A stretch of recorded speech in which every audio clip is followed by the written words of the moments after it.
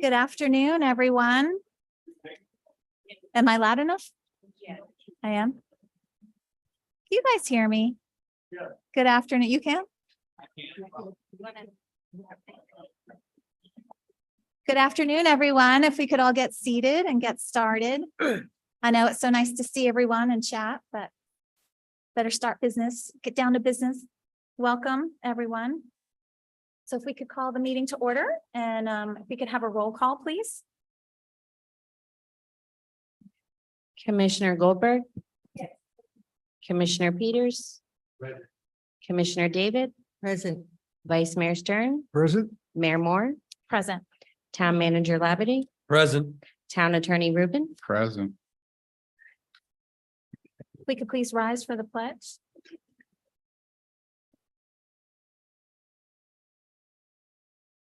I pledge allegiance to the flag of the United States of America, and to the republic for which it stands, one nation, under God, indivisible, with liberty and justice for all.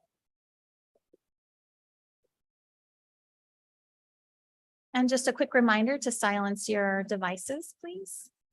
Thank you. Are there any changes to the agenda? Okay, if there are no changes, I'd like a motion. I move that we accept the agenda as presented. I'll second that. All in favor, say aye. Aye. Any opposed? Okay, moving on to presentation and proclamations. So our first proclamation is for National Safe Boating Week. And we have here in our audience, we have Philip Petito and we have Rafael Baez, who is our immediate past flotilla commander. So welcome to you both. And this proclamation is recognizing National Safe Boating Week. It's observed to bring attention to important life-saving tips for recreational boaters so they can have a safer, more fun experience out on the water throughout the year. Whereas on average, 650 people die each year in boating-related accidents in the US, 75% of these are fatalities caused by drowning. And whereas the vast majority of these accidents are caused by human error or poor judgment and not by the boat, equipment, or environmental factors. And whereas a significant number of boaters who lose their lives by drowning each year would be alive today had they worn life jackets. Now, therefore, I, Natasha Moore, Mayor of the Town of Highland Beach, Florida, on behalf of the Town Commission, do hereby support the goals of the Safe Boating Campaign and proclaim May 20th through May 26th, 2023 as National Safe Boating Week. And the start of the year-round effort to promote safe boating. I encourage all citizens of the Town of Highland Beach who boat to practice safe boating habits and wear a life jacket at all times while boating, which we all think, that's pretty common sense. And I'd like to invite you to the podium if you'd like to say.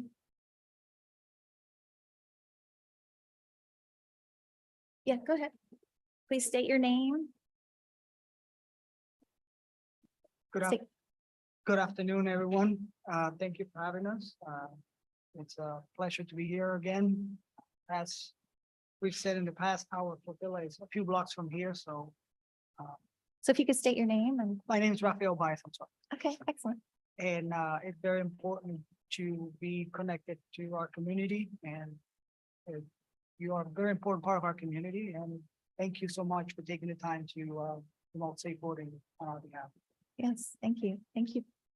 My name is Philip Petito. I'm the current flotilla commander for Coast Guard Auxiliary here in Boca Raton. We've been here since the early 60s, and just real quickly, last year, Coast Guard Auxiliary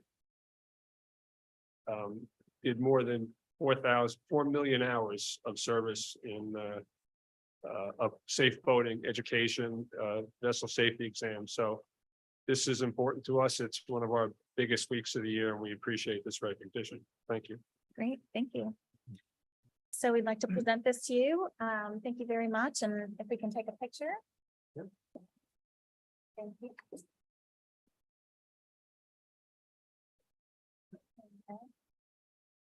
very much. Thank you very much. I appreciate it.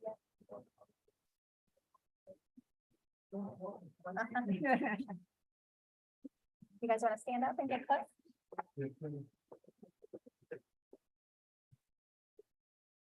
Can you see us all?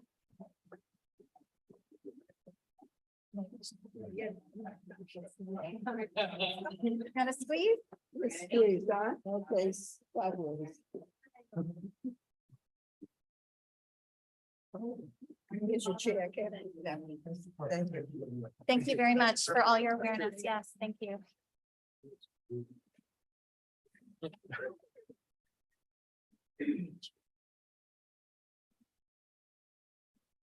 The next proclamation is for Memorial Day.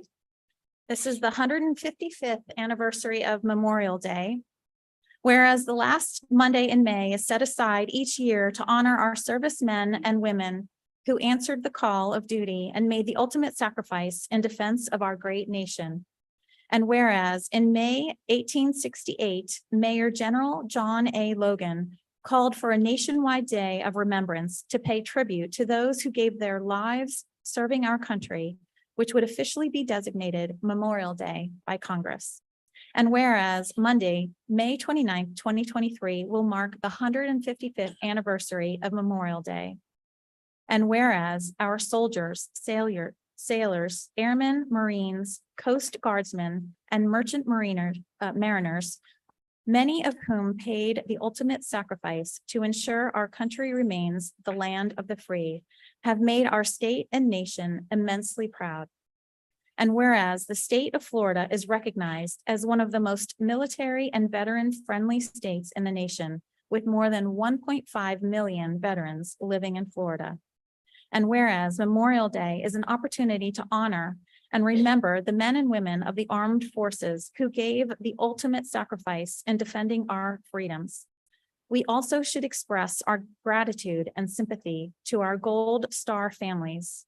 We must remember all those who have died for our great nation and honor those who continue to serve our nation every day. Whereas we recognize and honor all those with the phrase, all gave some gave all.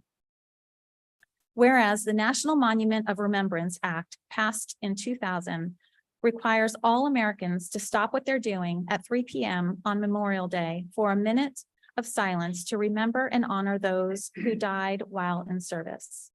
Now, therefore, I, Natasha Moore, Mayor of the Town of Highland Beach, Florida, on behalf of Town Commission, do hereby proclaim May 29th, 2023 as Memorial Day in the Town of Highland Beach in recognition of all those who have made the ultimate sacrifice in service to our nation. And I'd like to call up Mr. John Shoemaker, if you'd like to say a few words.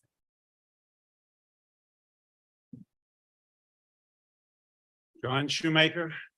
I am staying at the Clarendon, been there for a year, but 18 years before that at the Highland Beach Club.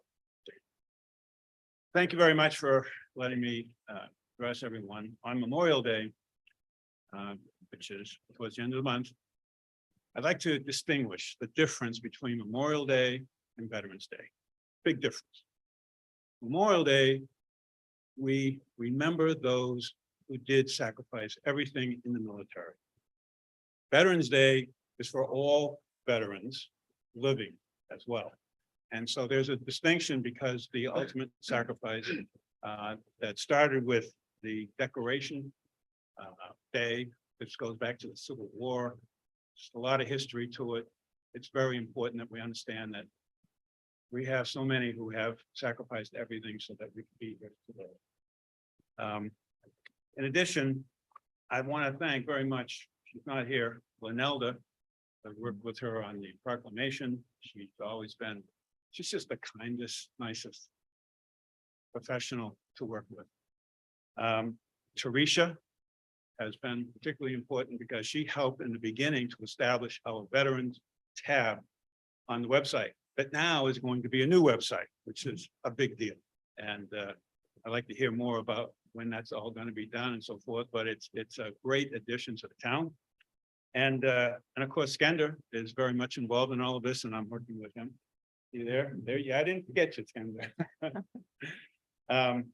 So I do have a request, actually, of everybody here. If you know of a veteran, and I'm tracking as many as I can, unfortunately, the World War II and Korean War veterans are suffering from old age and problems. So it's hard for me to even meet with them because of their medical issues. So what I'm continuing to do in support of the tab, the website, the town, is to meet with them on their terms, at their place, wherever, interview them, and then write an article to support them. And try to do that. When the last 4 have run into problems and I actually lost one. But in any event, if you can refer veterans to me, you can do that through the town and on the website. The other thing is that I'd like to also distinguish in my 3 minutes here is the wall in DC represents about 58,000 plus that were killed in Vietnam. I'm very much involved with the veterans. I have about 4,000 on my Facebook page. I'm involved in a lot of organizations. The significant event that's occurring that gets zero publicity is the fact that we've now passed 300,000 deaths by AO, Agent Orange. Agent Orange, the chemical used to defoliate Vietnam, was more deadly than the war itself. It is just incredible, yet it continues. And that's what happens with you have, the consequential damage of the war.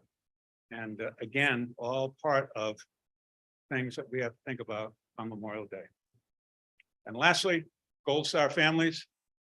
Again, most people don't even know what a Gold Star family is, but they have lost someone in battle or in the military, and they suffer. I know I've followed some of families, some of my own platoon members that were killed. They never forget. It breaks up families, destroys many lives. The Gold Star families are a special category that we should also remember. Thank you very much. I appreciate it. Thank you very much for your comments. Okay, the next item, resolution number 2023-010. Ratifying the selection, appointments, and terms of office for the members of the National Resources Preservation Advisory Board and providing for an effective date. So, Christine, if you want to come up and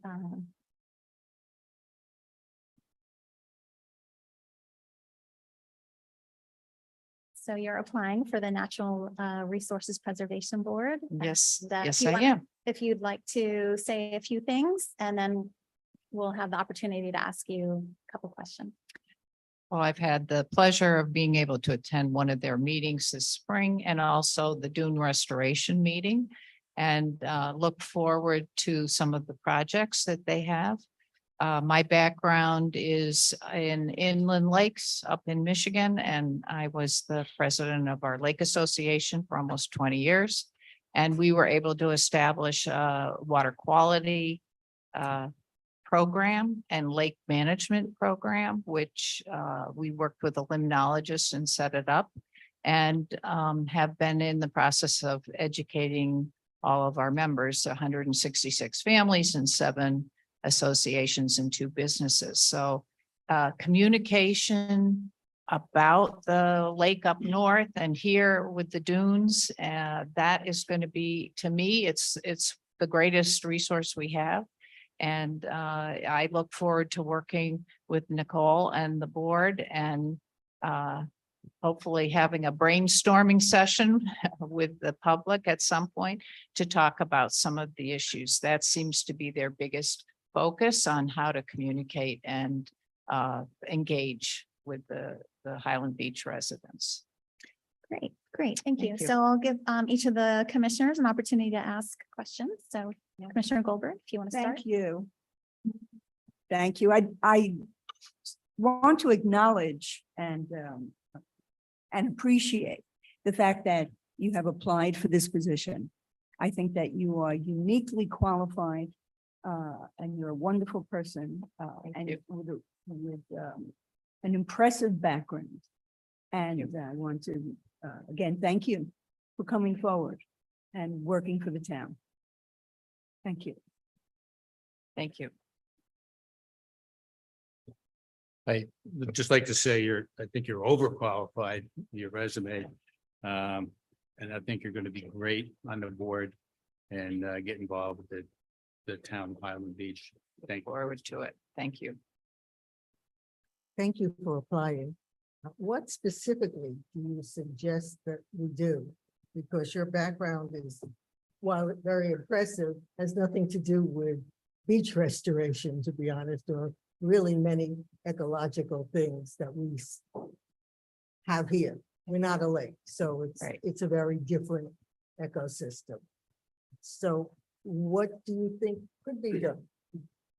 I think that with the leadership of Marshall, you've really done a wonderful thing by having the study done of the dunes. That is a very critical piece for the Natural Resources Board. I never proceeded with my lake board with anything but expert information about the condition of the natural resource. In my case, it was an inland lake, but it's similar in that you have to know where to look and get expert advice on what are some of the options. And then so that while I haven't worked on a beach or ocean, I have worked on water issues and erosion issues, which are very significant with all the boat traffic that we had up north. And this is an education process, really, for residents and for associations and for some of we only have the one business, but for the businesses. And that is the challenge for the Natural Resources Board, is how to work with the commission in getting information out and engaging with the residents. What forms of communication have you used in the past that you don't see being used now? We developed a website for our lake board. And of course, the town has a website, and the town has a manager's report that goes out every month. And maybe there's an opportunity to put some natural resources information in there as a column or something. And there is a new nonprofit that was present at the last Natural Resource Board meeting, and that is focused on the turtles and the turtle eggs. And that nonprofit may be very helpful to Highland Beach in communicating, because they intend to send out a lot of communication. So information sharing could be done. I don't know what their communication mechanisms are going to be, but certainly the Natural Resources Board could communicate what they're working on with them, and some of that might get picked up. So for me, it was a website that was our own website, pinelakemi.com, if anyone wants to go look at it. We did develop it, and it provides updated information on a 6-time-a-year basis to residents. But I don't know what the commission has planned, but maybe there's some ideas with the website, so people could go in if they want to do a deep dive on what's happening. One of our issues in a lot of areas is just getting information across to people. And you have to catch the interest of people who are not self-motivated to go to a website or to look at a brochure or to contact a volunteer team. So I would hope that you would try and think of ways to get in touch with people who may not want to be kept in touch, but who live on a beach and really need to understand, or they live on the water and they need to understand that there are things that they have to do to preserve not only their property, but also the entire town. Well said. So, thank you. Vice Mayor? Thank you for applying. You've got great qualifications, and I believe you'll be a great asset to the board, and look forward to having you as a member. Forward to it also. Yes, thank you so much for coming forward. I've seen you at meetings last year or so, and I really appreciate your involvement. It's always great to have more and more residents involved. I think you are very well qualified. I think you'll be a great fit for this board. So this is terrific. So thank you very much. So if we could Appreciate it. have a motion. I'd like to Make a motion to put Christine Vegas on the Natural Resources Preservation Advisory Board. I'll second that. Yes, second. All in favor, say aye. Aye. Anyone oppose? Okay, excellent. Congratulations. Thank you very much. The next item on the agenda is public comments. Anyone who wants to make a public comment? Have 5 minutes? Okay, no public comments. I can, yeah, we are doing that now with every item. There'll be an opportunity for public comments. So if I forget, get to my attention and yes, of course.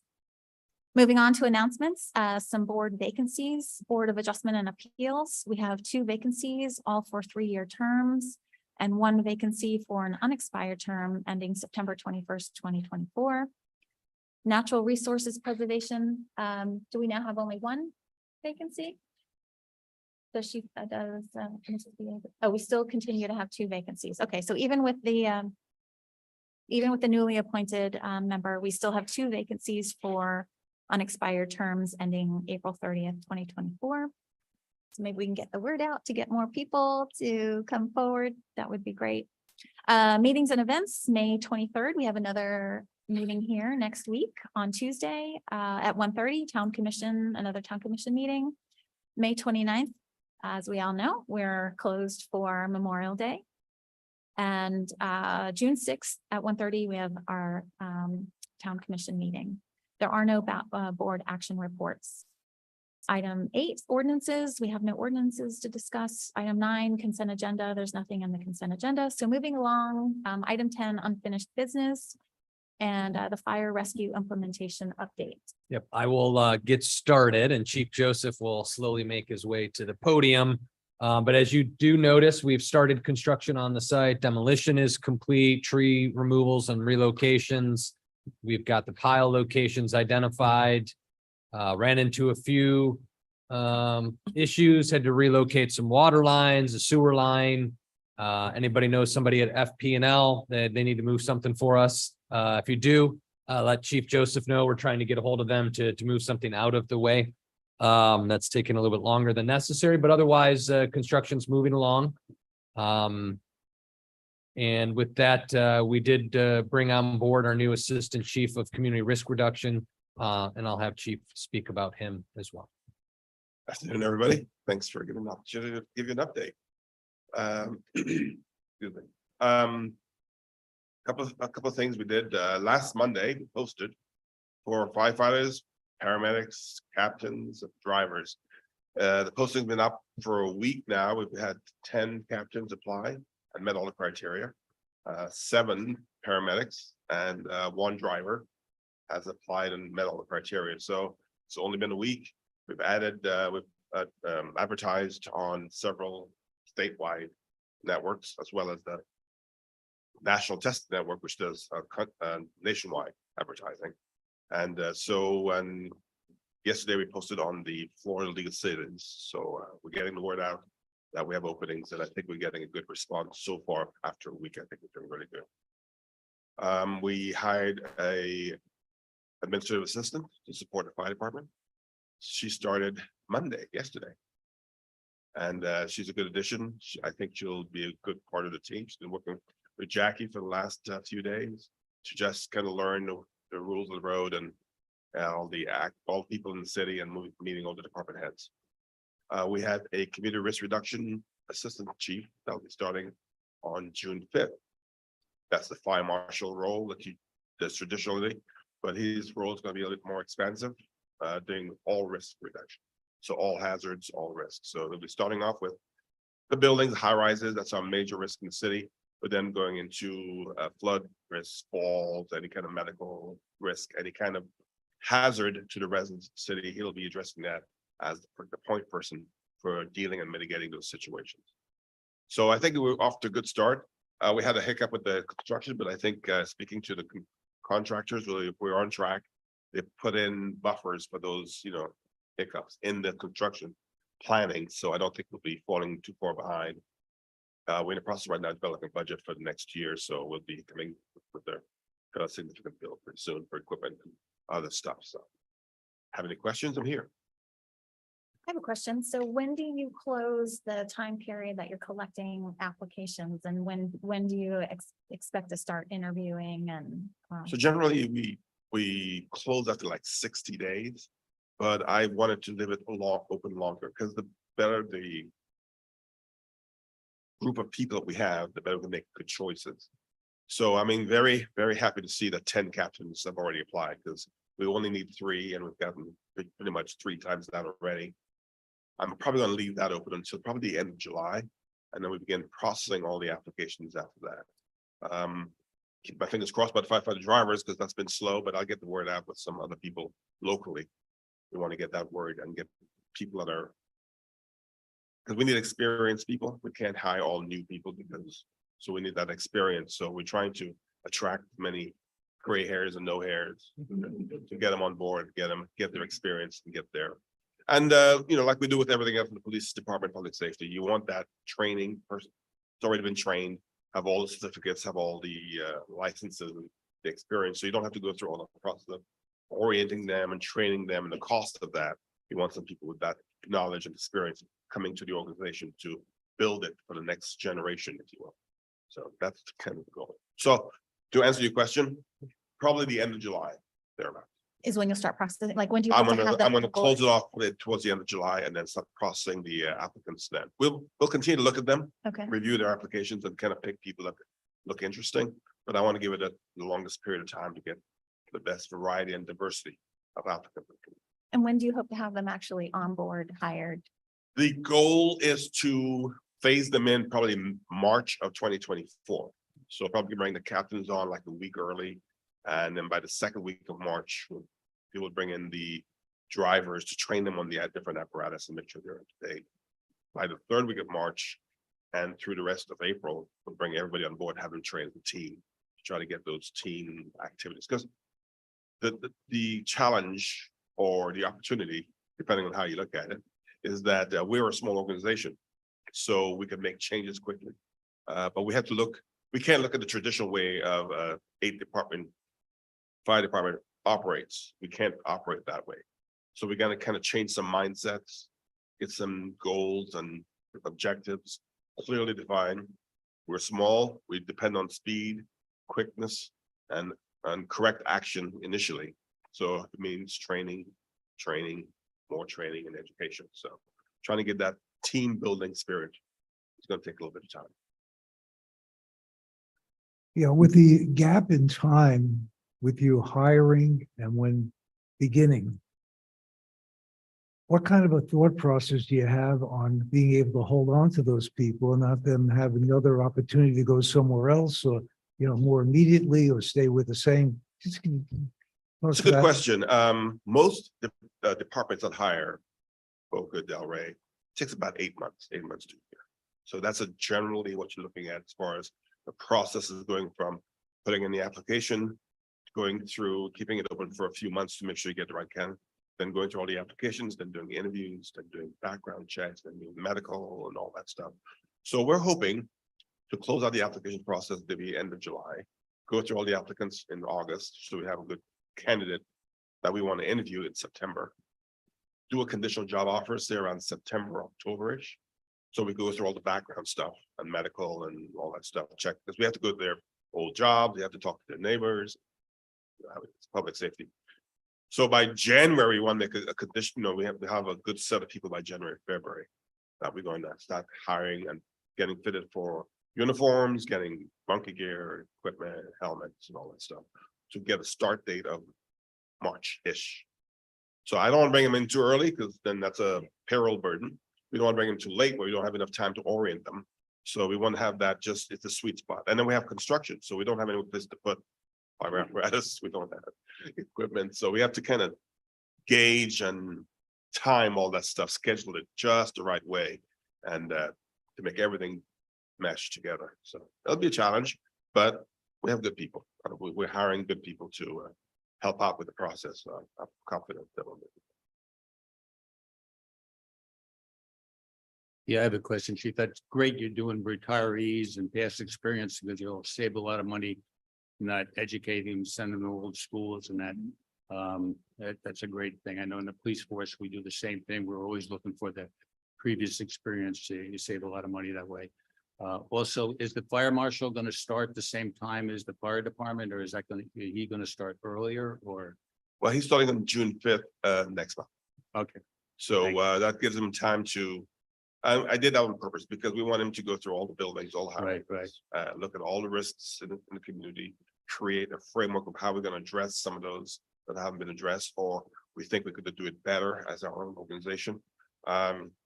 Flooding, surge, high rise, sprinkled buildings, fall. I mean, we're gonna look at the whole department, put everything in computers and so we can actually access it and in real time.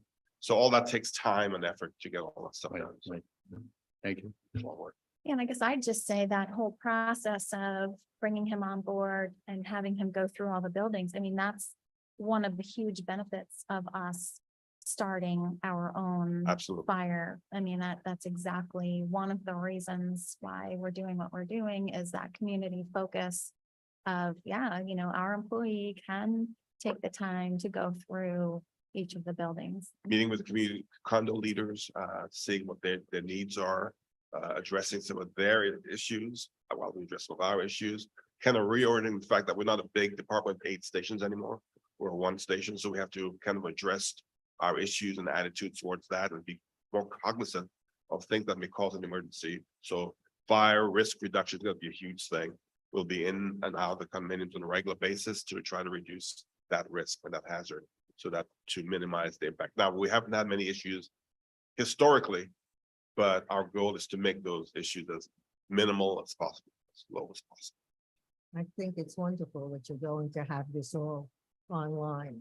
So that if you have to go into a building, you know exactly what to expect when you get to that building. And No surprises. you're absolutely right. And we also work with the police department to share some information with them. So that if they have to go to the building for an unrelated issue, they know how to get in, they know how to get out, they know what the hazards are in the building. And so we're meeting with police on a weekly basis to kind of coordinate our public safety initiative. Make all this stuff work together. Because we can't be siloed. We're too small to be siloed. We have to be a team. When are we gonna get our Dalmatian? We're talking about that with the managers last week, and he had some other comments about that. I'll let him address that. Well, I did have one more question. So if a condo wanted that type of service, didn't they pay for that before? Wouldn't the condo have paid? Yes, for that and before? one of the initiatives with going with our own fire department, Mayor Hillman, made a major part of the initiative was that we don't charge for doing this kind of thing. We want to go in there and advise. So it's not like we're coming in there with a ruler saying, hey, you did this wrong. It's like, hey, can we talk? What do you have? What do you need? What can we do to improve the conditions or inform you, CPR, first aid, stop bleed, fall prevention, whatever it takes to become engaged and connected with the community to improve quality of life in 3 miles of paradise. Which is hard to do. It's hard to do. Excellent. Thank you. I have a question. What is your plan for the outreach to inform the community, the multi-dwellings, the condos, private facilities, private residences? Well, that's the community risk reductions. That's his primary job. Is to go out and meet and greet, and I'll be with him, but that's his fine. He'd be the face of risk reduction, community engagement, public education, and those kind of. Would it be, going from property manager to the dwelling? I mean, is it by letter, email? You're not just gonna knock on the door, the notice to people what's happening. We meet with the property managers, number one. We want to meet with the, when you have your condo home owners association Mhm, meetings, mhm. we want to be invited. We want to be there to kind of engage with the conversation. And then we're going to, we have the food truck events. We'll do safety initiatives to get people engaged. Mhm. Again, this is going to evolve over time. My vision is that over the years, maybe a volunteer or CERT team just to get people, not that we expect you to go out in a hurricane and wave a flag or anything. It's just we want you in the fire station, we want you talking to, talk about risk, talk about hazards and how you could be a part of solutions and communication and engagement. Rather than, expecting you to do CPR on something that's full. We can teach you how to do CPR, but that's not gonna be the primary goal. The primary goal is to get you engaged and talking and communicate. I think this is just terrific, that not only what you're doing, what the town is doing, not charging for it. And it's just another comprehensive benefit, an extension of all the benefits that Highland Beach offers. Just wonderful. Thank you. We're small, we're nimble, we can make it happen. Anything else? Thank you.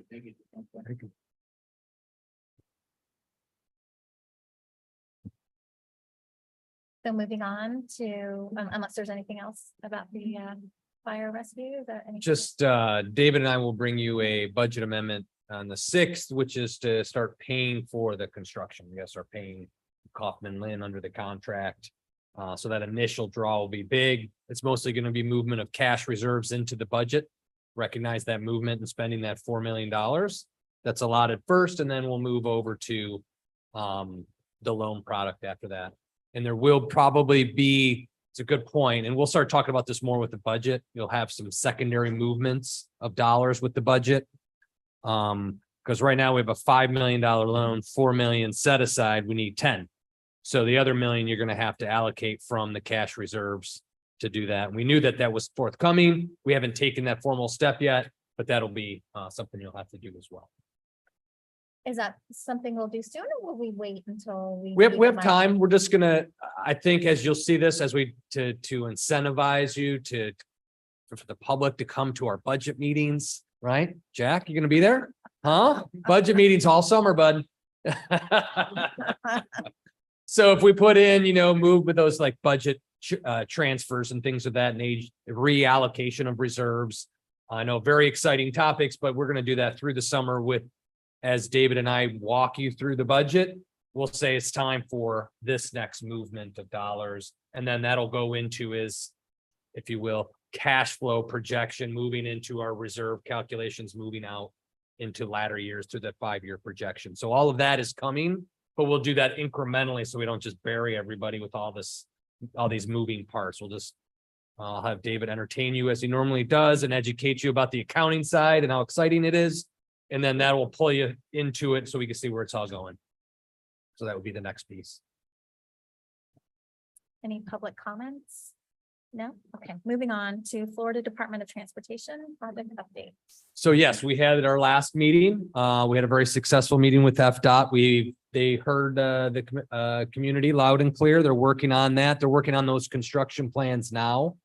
For the community at Town Hall outside of my office, there's a laminated set of plans, the 90% plans. So if you have any questions, how does this work in my house? Come in there. Somebody will help you. Most likely be me. But staff can help you as well. Look through those plans if you have any questions.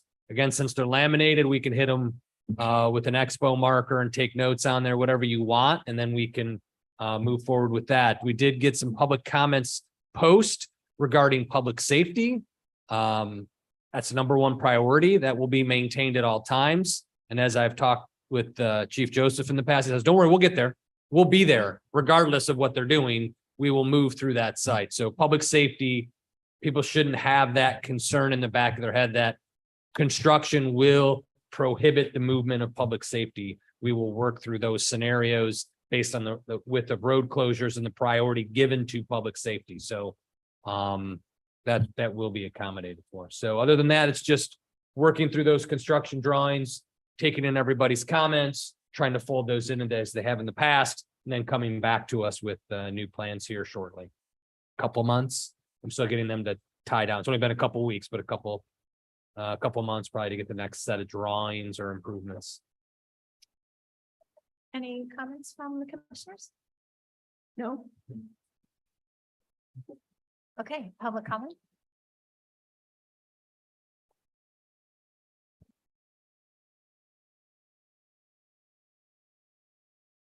First, thank you very much for changing these formats and making it to the point that we can give focused comments at the appropriate time.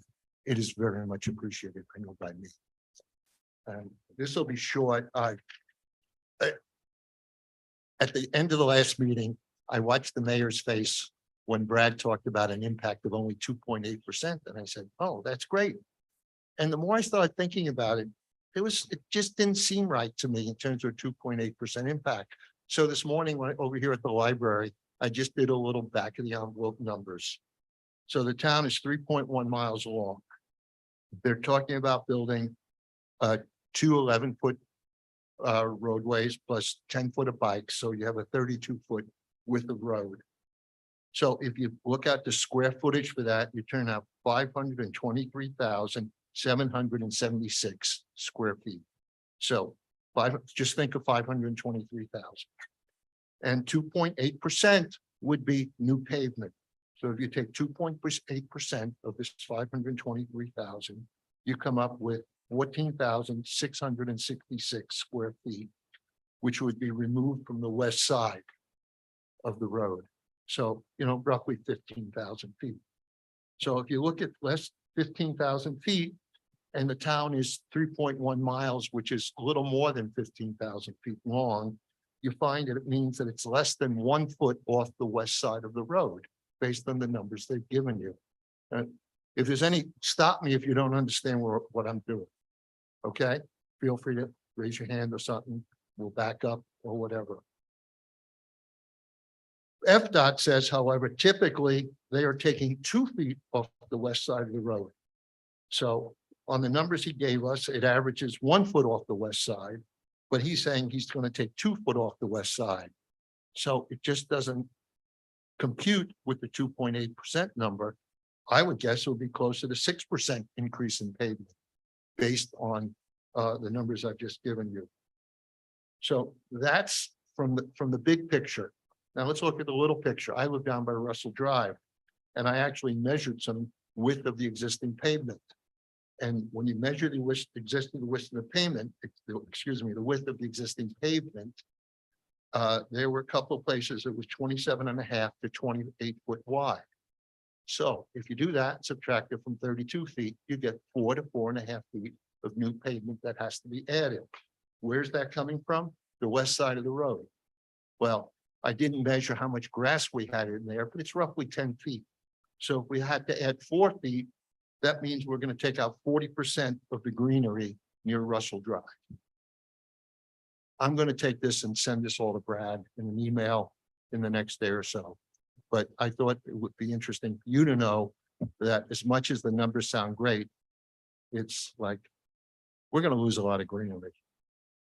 And I just wanted to point that out, not to complain, not to anything, just hopefully they, I still would love to see less than 5 foot bike lanes. We would have far less of an impact. If we had 4 foot bike lanes, and again, I was driving down to the airport several times over this last week with friends picking up, dropping off. And there's a lot of places there ain't 5 foot roadway, bike lanes on both sides of the road. So I'm still wondering why we have to do 5 foot. Yes, they supposedly have this, that, it's a rule, it's a whole thing, but it's not being enforced all over the place. So I just throw that out in consideration. And Thank you. Mr. Town Manager, I notified our chief that I can help move forward about light. Oh, you can? Okay. Yeah, Thank you. if they still haven't retired. Thank you very much for your time. Thank you for your comments. Okay, moving on. The next item of unfinished business is to approve and authorize the franchise agreement with Waste Management Incorporated Florida, the top-ranked firm for solid waste and recycling collection services in accordance with the request for proposal number 23-001. Yep. So I had Skender come up, kind of took the lead on the project as he had discussed last time. We went through the RFP process that is consistent with our charter, our purchasing policy and state statute, which again, once rendered us 2 bidders. Those 2 bidders came in, we evaluated them. A selection committee chose Waste Management or recommended Waste Management. This commission at the previous meeting discussing this topic directed us to meet with them to negotiate. We met with them. They said they've provided their best and final. offer. So the rates that they presented are still holding. Since then also, Mr. Rubin and Waste Management Attorney worked out the contract in concert with Barbara and her team at Waste Management. So we were able to come up with a contract for you. So that's what you have here today. Is that so we can answer any questions, as is Waste Management. Again, this is for a 5-year contract with 3 1-year extensions. It is a little bit of a big increase, but it is the lowest responsible bidder and the prices associated. So it's kind of where we're at. So we could answer any questions regarding the process, the contract, as is Waste Management. Does anyone want to go first? I have Commissioner a, David, go ahead. I have a question. I understand it's gonna cost us more than we would ideally like, but you have to deal with what's in the marketplace. You don't get to set what you want. That being said, I'm looking at these numbers and I want to see if I understand exactly what they mean. Specifically, I'm looking at container residential collection for multifamily condominiums greater than 4 units. And starting in year 1, there are 2 numbers that seem to be important, which is one is twice weekly collection for $12.47 and twice weekly recyclables for $4.15. Is that per month, per container, per, I mean, I understand that this is what you're going to use as a multiplier, but what period of time does it involve and what does it exactly involve? So I can go back to my condo and tell them, okay, this is what you're going to be paying, put it in your new budget. So to answer your question, it does get a little complicated with certain parts of the multifamily of 4 or greater. I believe what you're looking at is the collection rate per resident, or not per resident, but per unit of the building. Yeah, so I will piggyback and jump onto that. That is per unit for those condos. So you're going to 1663. Again, currently it's $10.30 a month. With the adoption of this contract, this is where it's going to get tricky for a little bit easier, probably for David than for the condos, but we'll help you work through it. Is that we're now, if we approve this contract, we move to a June 1. So most of you are going to be either 3/4 of the way or halfway through your budget. So each year you're going to have an incremental change in your budget. So for the town, we're going to have 4 months on the renewal rate, and then you'll have 8 months on the old rate, then 4 months on the renewal rate. So when you budget, you're going to have to reflect a June 1 change of rates for whatever the remainder of your budget. Also, on top of that, you have the container charges 1 through 10 cubic yards, which are the, basically think of them as the dumpster roll-off containers on your property. So you still have to rent those. Those include maintenance, correct?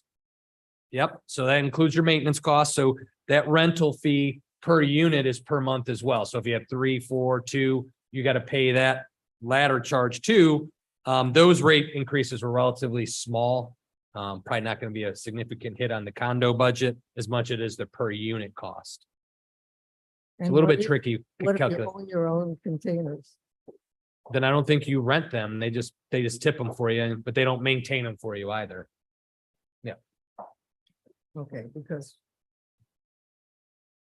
with a per unit charge, that can wind up being a substantial difference. It's for the bigger condos, you're gonna see a bigger number. Yep. Yeah. So I mean, you got what, 230, how many? 235, yeah. 235. So your budget's gonna go up about 60%, 65% for an annual for the year. So you're gonna have to calculate that. But again, it's not perfectly clean on your budget year. It's gonna, moving forward every year, June 1, if you're a calendar year budget, you're gonna have a 6-month change of the rates. You're gonna have to budget for 6 months of one rate, 6 months of the other rate. If you're like us on the October 1 dates, then you're gonna have 8 months at one rate, 4 months on the other rate. So you're gonna have to check that out. We'll work with your condo managers. They can call Skender and we'll crunch it out for them, get the numbers in the right spot, help them work through what to expect and go from there. Okay, can I send my treasurer to talk to you? Sure.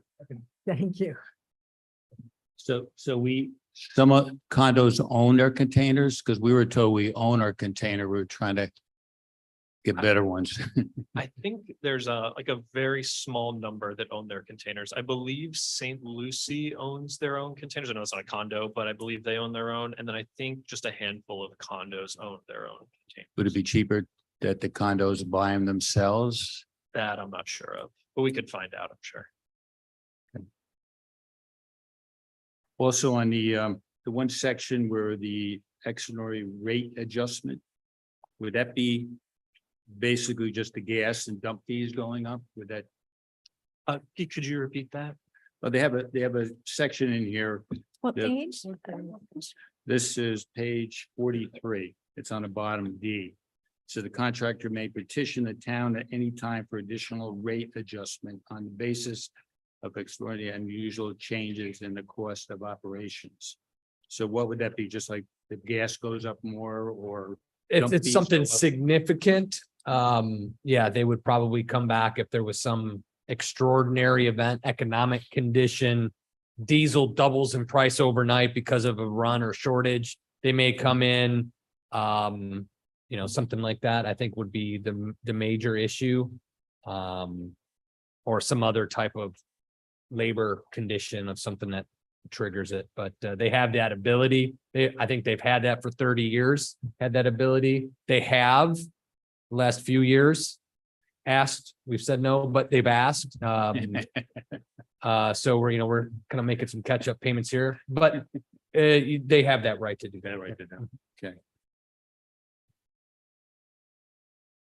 Question. So the contract is basically the same as prior years' contracts. Like, can you point out, are there any significant differences? I mean, it looks like the service is. They're pretty exactly much the same. The services are the same. We did negotiate some things that, there were some things that weren't in the RFP that they didn't include. Waste Management did agree to include, like everything for the town is free, and there were some bonding requirements and some other stuff. So there was give and take on the negotiations, but the service essentially the the same. same. And can you remind us what were the previous rate increases that were included in the contract? Yeah, so under the last contract we had, I think it was like a 3-year extension. I think it was like a 3-year rather than 1 year. It was a 3-year CPI at 3%. So we've done pretty well in the marketplace over the last 3 years. And I can see Barbara looking at me, shaking her head, but yeah, so over the last 3 years, we've had a 3% increase and done pretty well compared to the other adjacent communities, all the coastal communities. And again, what you're seeing now with the new rates is, the 60 to 90% increase to get us what they had asked in the previous years, which we denied. You're seeing it kind of compound here. And again, they spoke to that at the last meeting, the concerns over labor, getting folks to do this type of work, and we want a 3-person labor. There was an option that we chose not to take, which was the automated service, which would have brought down the 4 or less multifamilies and the single family home prices down a little bit. But it really wouldn't have had an impact on the majority of our business, which is the condos. So it's basically a much larger than average one-time increase. Correct. And then it's 7% increases for the next 5 years. And then if we want, and then we have optionally, we can renew each year, and that would be at the 7%. Ish. No, I mean, it's a if little we bit want less, or I think it's a little bit less than 7, like 6 3/4. It depends if you did the math, it kind of moves around. To the- Yeah, so we just rounded, it's about 7. Yeah, so let's say inflation comes back down again, what would we do at that point? We would try to renegotiate a contract if price changes. Like at what? Yeah, point at does the it- end when of the does it term, trigger, yeah. Instead of exercising the extra annual years, when do you trigger, okay, I want a new contract? We would have to at the end of the 5th year, if you chose, I would, bring it to you early enough, not, at the last minute and say, do you want to or not? But we could say 6 months out, hey, do you want to renew, or do you want us to go out for an RFP again? And we could go through a similar process and do that. That is an option we retain in the contract. So hopefully if inflation gets under control in 5 years, we would do the RFP again and hopefully be able to. We could, that could be our change- option. Yep. Change the, maybe if things Sure, get better. I sure. mean, Hopefully. it's hard to see the future. Thank you. Those were some of my questions. And as I expressed to the town manager, I think it's an expensive contract, but we have little choice. What was the percent increase again from last year to this year? I was gonna say, I think it's 111%. So my question, I know this was negotiated, which just is the business negotiation, to get us up to that rate.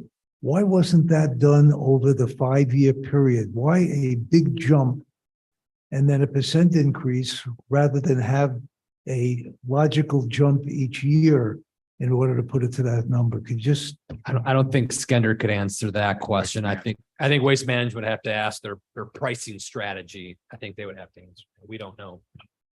We didn't negotiate that with them or dictate those terms. That was the offer made under the RFP. Right, and we did pursuant to commission's direction, we did try to come up with other schemes, but this was it. This was, best, as Marshall said, best and final from them. I get it, I understand it, I'm not happy with it. And you're not alone. Every other municipality that's gone through this has taken a big hit on these contracts. I have a question. What was the disparity with the other bid? How much more was that? Over the life, I think it was like $4 or $5 million more over that initial 5-year term. Mhm. I Well, mean, when, it's sizable. I mean, if you looked, I mean, it's a noticeable difference. yeah, well, I think that, starting, I think the original contract was what we're dealing with now is from 2014. And then the increases were, you said 3%. So it's a different time. So unfortunately, we have to fight that bullet. They do have, I mean, they're one of the largest providers in Florida. And in my inquiry, they've given us excellent service. So I think that we just don't have any alternative. Just one other comment. I think since the budgeting in mid-year and everybody has their budgets in place for this year, it's extremely important. I talked to it that the communication of what it was, how much the increase is, because each resident is going to have to deal with the increase, let alone the budget for next year, but this present year's budgets are going to be affected.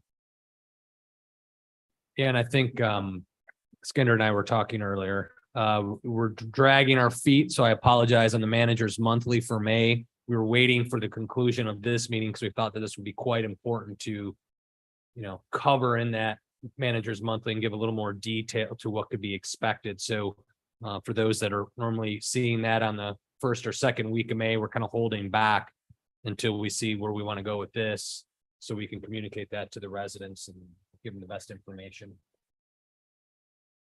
I think we also need to recognize that our increases over the past several years have not been the normal increases. So sometimes when you negotiate, you're going to pay later for what you saved. And that's what's happened here. I mean, even if inflation may drop, it balances out in the end. Because you've already gotten your benefit up front. So at the other end, it's not. And to be fair, there's not a big market. So you go, and we know that they do a good job. And why change when if it's not broken, you don't change. And I do know that everyone all over Florida has had significant increases with trash removal. But it's not just that, it's the whole state. That said, I move that we accept the proposal by Waste Management for RFP number 23-001. Seconded. All in favor, say aye. Aye. Aye. All opposed? Okay. Thank you, the members of Waste Management, for attending today and for the service that our town gets. We really do appreciate it, and we recognize the good job that you do. So thank you very much. Yes. Okay, moving on to new business. The first item of new business is the discussion of Milani settlement agreement and the request for extension for the eastern parcel only. So If you want, I'll do a quick, just to frame it up for everybody, kind of off the memo. We all do it again. The properties, this is the non-park property. I kind of put that in bullets and underlines so folks know we're not talking about the park today. This is the Milani properties. There's two parcels, one west, one east. The eastern parcel contains a home that's shown on your aerials. That is her winter home. And then on the west side, which is near the north of Grand Court, west of A1A, you see the tennis courts when you drive by. Those are the properties outside of the Troiano property, which we'll talk about next. Outside of that piece that you see on the aerial as well, is the one we're talking about. And Ms. Milani is have a written request to you asking for a 20-year extension of the eastern portion, which is the private home side only. They have what? 10 years. 10 10-year years. extension. Did I say 20? Yeah. Oh, sorry. 10 years. I went back I looked at the 2019 stuff, so I apologize. I was going through all my notes. 10-year extension on the east side property. So again, they came in 19. That was for a different extension request for the entirety, but the western portion, they do have beautiful concept plans that have been submitted. I'm doing a consistency review with the agreement for the western side. But they're just asking now for the eastern side. So they're moving forward, if you will, with that western side. So Ms. Milani is here. So I see that Yep. the Milanis are here. If you'd Yeah, like to come so up if they to want to the come on podium, up to, please state your name and where you Marshall, live. can I ask a little bit of history? sure. What was the original lawsuit about? The one that there was a settlement in 1984 and then another one in 95? I can't give you the history that well because I couldn't find it in any of the files that I had in the manager's office, but it started in 1984. I see Ms. Milani's looking at me like she's ready to tell me the history. She could. So in 1984, that's when the original lawsuit started, and it took till 95 for a settlement agreement to be reached between the two parties, granting certain densities and development rights, which were closer in permittable uses in 84 that were during a change of the zoning ordinance removed. I don't have all of the blow by blow details, but that's generally what happened is the property had a certain set of rights that Ms. Milani felt she had with that property. The town changed the zoning district, said, no, you have to meet these. She said, not so fast. And then the two parties kind of went into a period of negotiations and disagreement and came out in 95 with a 30-year agreement where you see the two parcels. And in that agreement, you see the densities, setbacks, development rights that are prescribed numerically in there. So. Marshall did a very good job. Sorry, my name is Lucia Milani, 4612 South Ocean. It is correct. Your brief is very to the point and correct. However, there was another issue that is not mentioned anywhere. The town had to put certain restrictions on the properties, the one to the west and the one to the east, which were illegal. They denied the permits, the town denied the permit, and there were conditions attached to the settlement, and the settlement said that we settled on the zoning and the density and everything. And there were conditions and restrictions attached, which was that my house, 4612 and the west side, would remain recreate for single family on the ocean and the west side recreation. Well, they denied the builder the permit when he went in to apply for the permits. But the town put those registered on the deed, those restrictions. So when my husband passed away and I had to do my estate, delta, I had to deal with the estate.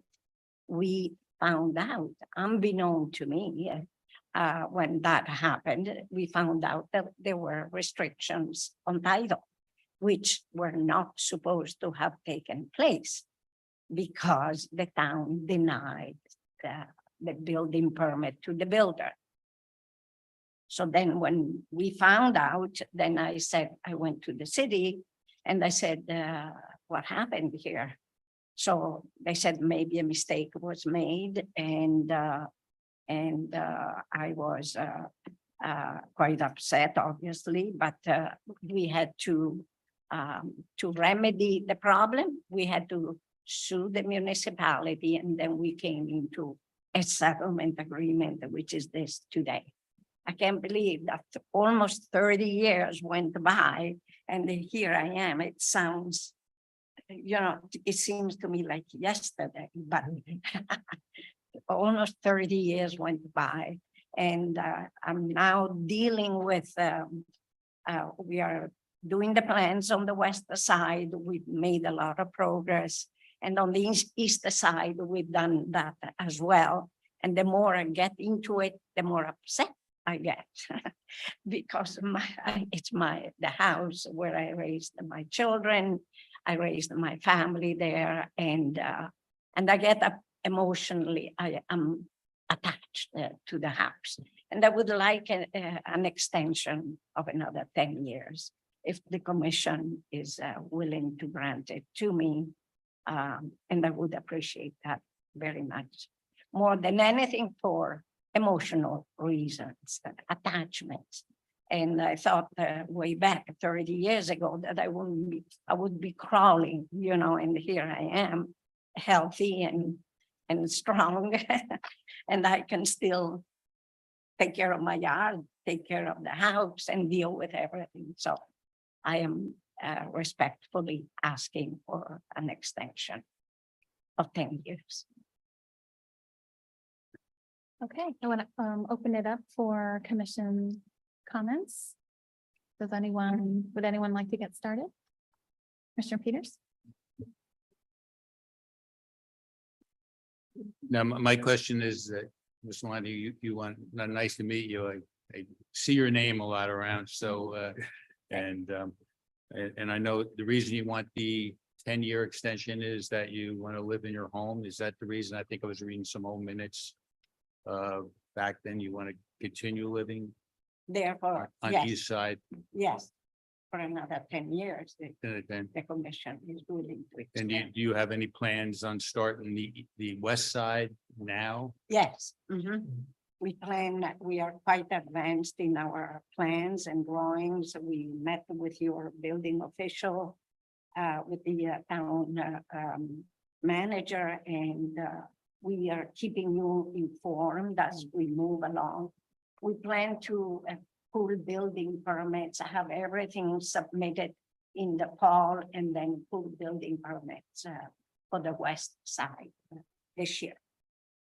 My question, I guess, would be to Jeff, if she pulls the permits and everything before the time is up, will that continue as long as she keeps them up to date? Would that be okay? Yep. As I read it, so long as the building permits are secured by the deadline, they can construct past. It doesn't have to be constructed by that. The permits have to be in hand. And like I said, I'm doing a consistency review at the moment. Looks pretty decent. I have a couple questions on height and stormwater, but I need to sit with Jeff for a few minutes to work that out. But so long as they pull the permits, it seems the intent is to apply in the fall. So they would have plenty of time. So they, actually, I saw the pictures, they look gorgeous, we're gonna build there. The, Thank you. yeah, I mean, that part I don't see, so it would just be her west side that we're talking, I mean, east side that we'd be talking about. Yes. Okay, that's my. Commissioner Goldberg, you want to go next or? Yes. Okay. Yes. I have a number of concerns. This settlement agreement that we're referring to is part of a court order. And in this order, and I'm looking specifically at the document is page 5 on the resolution. It starts on page 181, exhibit 4.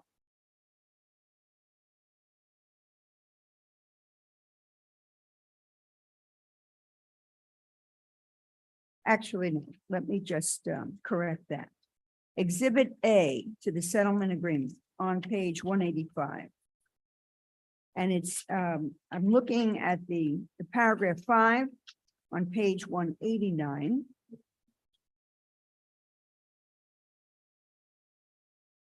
And it specifically says, let me see, I'd like to quote it for the record.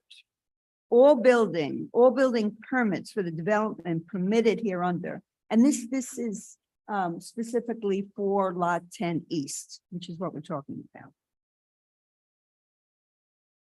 Must be secured within 30 years from the date of execution of the agreement. Now, this is what's operative here. Any permit not secured for the construction of the residential dwelling unit building, accessory use or amenity within 30 years from the date of execution of this agreement cannot be built.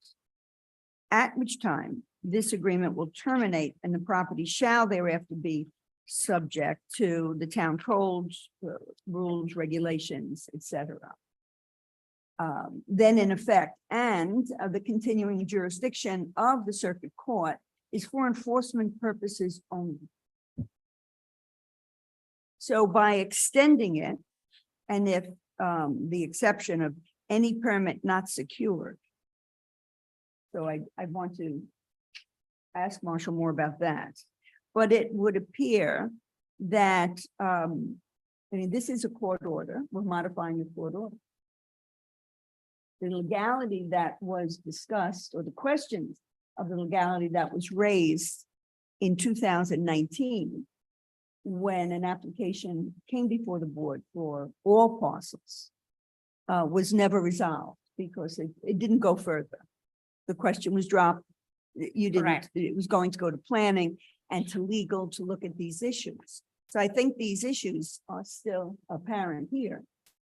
And which would mean that there may be a delay in making any ruling today. We still would have to look at those same issues as it appears to me. Also, if this were granted, and certainly I can relate to the reasons, the emotional reasons, Mrs. Malani, of you wanting to remain there, certainly I can. But what if during the 10-year period, if an extension was granted, ownership transferred? Either through your demise, to the estate, or a third-party sale. This agreement runs with title. Runs with title. Yes. Okay, so we have a transfer of title. Yeah. And any change that we make, therefore, Yeah. Would remain. So the emotional aspect of Mhm. having this, there's no security that the town can have that it will remain without construction. Right? Does this also mean that she can come in at any time and construct during the 10 years? It would. Okay. I also have an issue with if we did see from a legal perspective that we could move on this, in spite of the fact that we have an order in which this settlement agreement was incorporated in. It's a new deal. Isn't it not? Do we not need consideration? A Question, quid is that a pro question? quo. Again, another issue from a I, legal perspective. I Right, do yeah. believe you. I understand what Ms. Malani is requesting and I understand the reasons for it. And it's a very emotional thing. But yes, there would have to be some benefit to the town in exchange for the additional 10 years. I don't know what that is, but I don't, when the town entered into this settlement agreement, it determined that this was in the best interest of the town and it served the public interest. If we're going to amend the agreement, again, is it in the best interest of the town and in the public interest? And what makes that in the best interest of the town? Because while Ms. Malani, I understand, has her emotional attachments and looks at it one way, as the town, we have to look at it from the other side. My request before you is not anything other than an extension. During those 10 years, I would have the privilege or right, say, to either start tomorrow or 5 years from now or 10 years from now. But that is all I'm asking. I'm not asking for any changes in the agreement. I did ask for changes in the agreement in 2019, and that was denied. So that issue ended. This is a new request to this commission, and it's a simple extension. I don't think anything is implied in this contract, the way I read it, that it has to be modified in order to extend. However, it is your prerogative, it is your right to ask whatever you deem necessary. But then I will ascertain if your request is what I intended to mean to me. So this is all I have to say. Judy, can I step in? Thank you. Mrs. Malani, I like you. I know you. Thank You are a very astute businesswoman. You are a major developer. So on that basis, let's understand that by asking for a 10-year extension, there is a value to that. And that is an amendment or a change to the agreement. Oh, it is. And, Yes. it's any real estate deal, you give value for value. If you give somebody an option to buy a piece of property that you own and say you're willing to sell the property for $1 million and they have 5 years in which to exercise that option. If they want to go further, you're going to ask for more money because you're not just going to give them an extension at that same dollar amount because chances are it has changed over time. So then the question becomes one of what's the benefit of leaving this in place? What value does it have? What value other than emotional? Emotional, I understand, and there's no price on emotional. But as Mr. Rubin said, the town needs to have some kind of a benefit. And by doing this, we not only don't we have a benefit, but there is a potential detriment because then it's considered spot zoning. We're allowing you to do something that no one else would be allowed to do because our zoning codes and restrictions are way different. I mean, this was a really good deal. And I'm not saying you didn't deserve it at the time. I'm not questioning the validity of the deal. Please understand that. But that was 30 years ago or almost 30 years ago. And for a new deal, there has to be something, but also legally, this was validated by a court. If we just come and do this now, we run the risk of somebody in the future coming and saying, well, you did this for her, why can't you do it for me? And she didn't do anything. And I have a real hard time with that. And I need legal opinion on how this would actually work, because I don't want to open us up to litigation in the future from somebody else.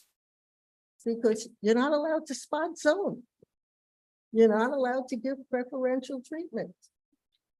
Right. It wasn't spot zoning the first time around because it was the settlement of a lawsuit, but I mean, is it spot zoning? I'm not sure, but and I was looking at the minutes that Marshall provided and I guess Glenn said, oh, we'll look at it, but I don't know if anyone ever did.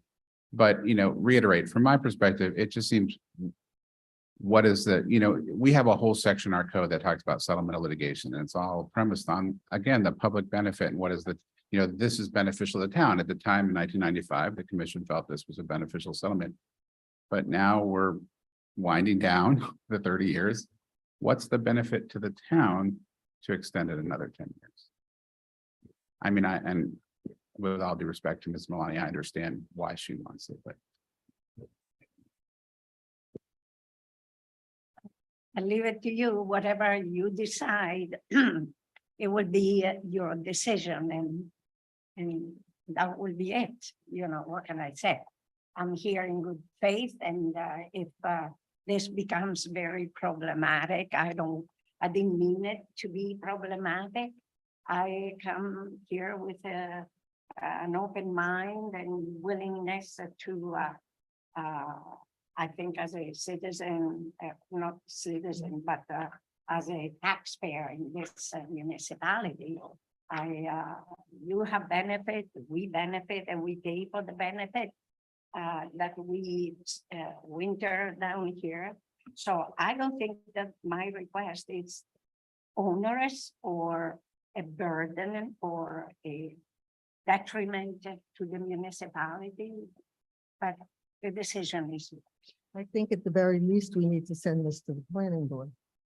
I don't think that we should make a decision at this point, and I think we need the input of the planning board. I guess my opinion is, I'm very concerned about the legal component. That in my opinion is the biggest issue, and it was raised in 2019. So in 2019, the request, as I recall, it was for 20 years and it was for all three parcels. And so now the request is for 10 years for the eastmost parcel. And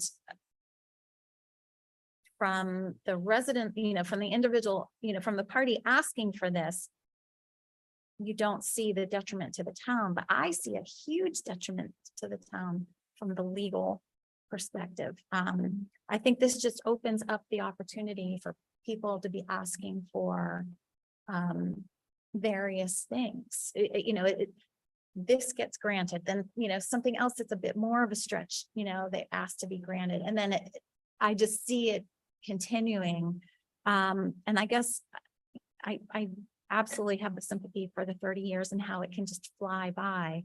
But, there was 30 years. There was 30 years to take action on this settlement. And yeah, it was a settlement that was kind of dropped in our lap that, I guess because of legal fees probably is why the town said this was in the best interest instead of us and continuing to incur legal fees. That was probably a huge incentive there.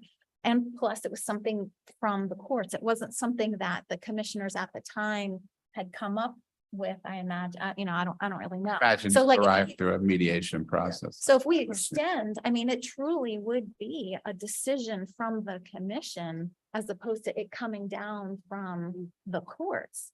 And yeah, I just have a real problem with that and what kind of complications that happens down the road. So to me, it's a legal issue.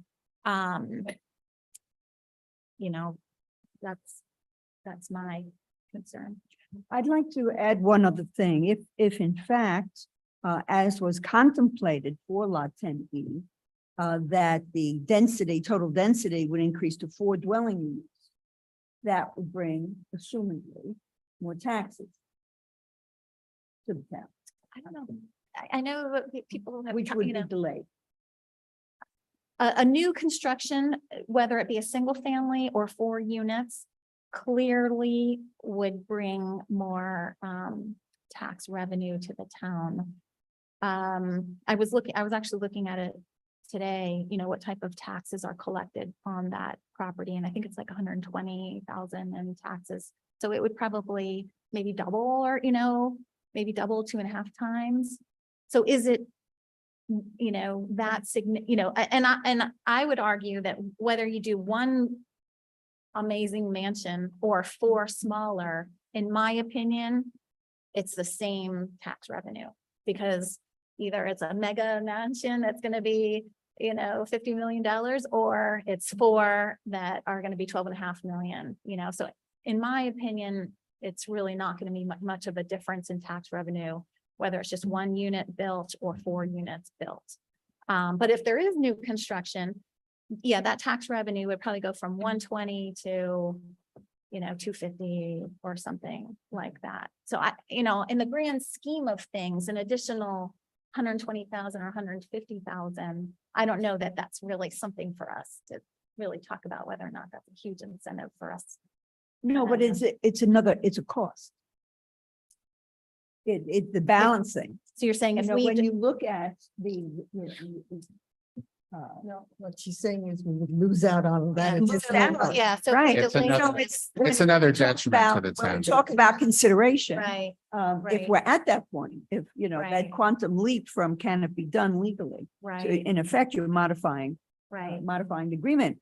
Because you're saying, or you have a new agreement, this will terminate, and then you have, a brand new agreement, so. Amongst many issues and criteria, that would be one of them. So you're saying it's a detriment because there's Well, 120. It would be assumedly a loss. I mean, if we just consider the jump of, from when this was, what the tax base would be. And the loss to the town, yeah. That was all I had. Vice Mayor? I agree with the concerns. I just like to put another thing into the barrel. Are we fixed on a 10-year request, or could this be a 5-year request, for example? To be honest, legally, it makes absolutely no difference. It could be a 1-year request and you still have the same legal issues. No, I understand that, but I'm talking about in the initial request, whether it gets approved, can it be approved for a different time frame? You could, but I believe Commissioner David, it is the same issue, but yeah, it doesn't have to be 10 years, it could be 5 years, but again, it's this consideration issue, it's the benefit to the town, it's the same issues that you're facing. I mean, ideally, if it weren't a legal issue, if we would put that aside, which I'm not, but if we could, then the answer would be, okay, you want this, how much are you willing to pay us to give you that extension? Just in terms of value, And it might not be monetary, you're saying, it could be other, right? but because there are the legal issues, and if we did that, it would be selling it, which we can't do. Do anyway, right? You would be selling your text, your zoning code, which is a whole different pickle. Right, right. And I don't see how we get over this hump legally, to be honest, because it's a completely different agreement. I mean, the court, you can't go back to the court on a 30-year-old decision. They're not going to modify it at this point. They've closed it out.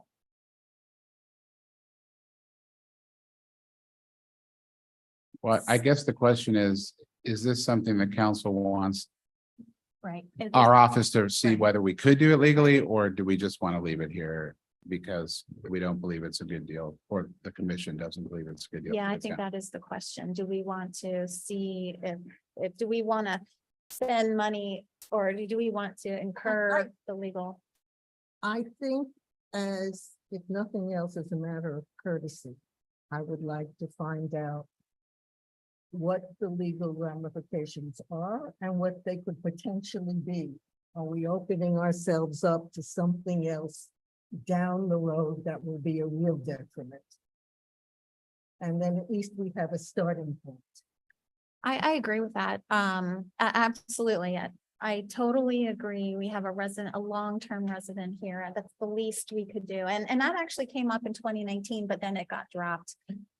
So I would agree with having a legal review, incurring the cost for a legal review on this matter so that we really fully understand what are the consequences of doing it. And I think the other benefit of that too is, you know, if there are members of the public, the residents, other residents could also provide their opinion, because we really haven't heard from other residents, you know, what their opinions are. And I would be in favor of hearing what other people have to say. So I think that's the other benefit of, you know, having this come. So like maybe in July or August, Sure. that timeframe, maybe Sure. bring that. Does that give you enough time? Yeah, that should be enough time. Okay. So Yeah, definitely over the summer, we'll bring it back and do we need a motion or we do? So do you want to motion? Yes, I move that we turn the question of the legality of extending Mrs. Malani's agreement for 10 years to legal counsel. I second it. All in favor, say aye. Aye. Aye. Anyone opposed? No? Okay. I'd also like to ask whether are we defining or are we going to be discussing further? What are the issues that should be covered? I mean,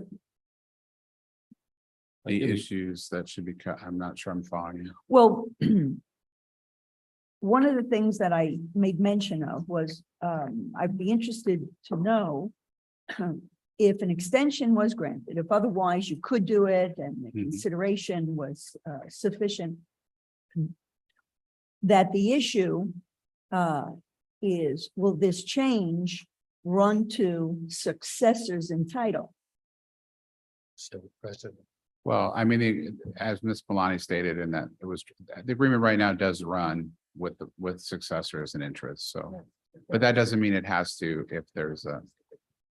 If we're constructing an Right, agreement. if we're constructing an extension under whatever the circumstances, surely, yes, you could say, well, if Mrs. Malani ever sold it, then it would terminate, whatever the case may be. Mhm. But if we get to that point. I mean, we are doing this to accommodate the purposes, Mrs. Malani, of what you expressed was your emotional attachment and your desire for you to remain in the home. So if you are no longer, I mean, then all sorts of issues, you know, as a lawyer, come to play on questions, but that would be taken up at a later time in accordance with what legal finds. Thank you. Do we need to amend the motion or anything like that? No? Okay. I understand what Commissioner Goldberg was saying. Okay, excellent. Okay, moving on.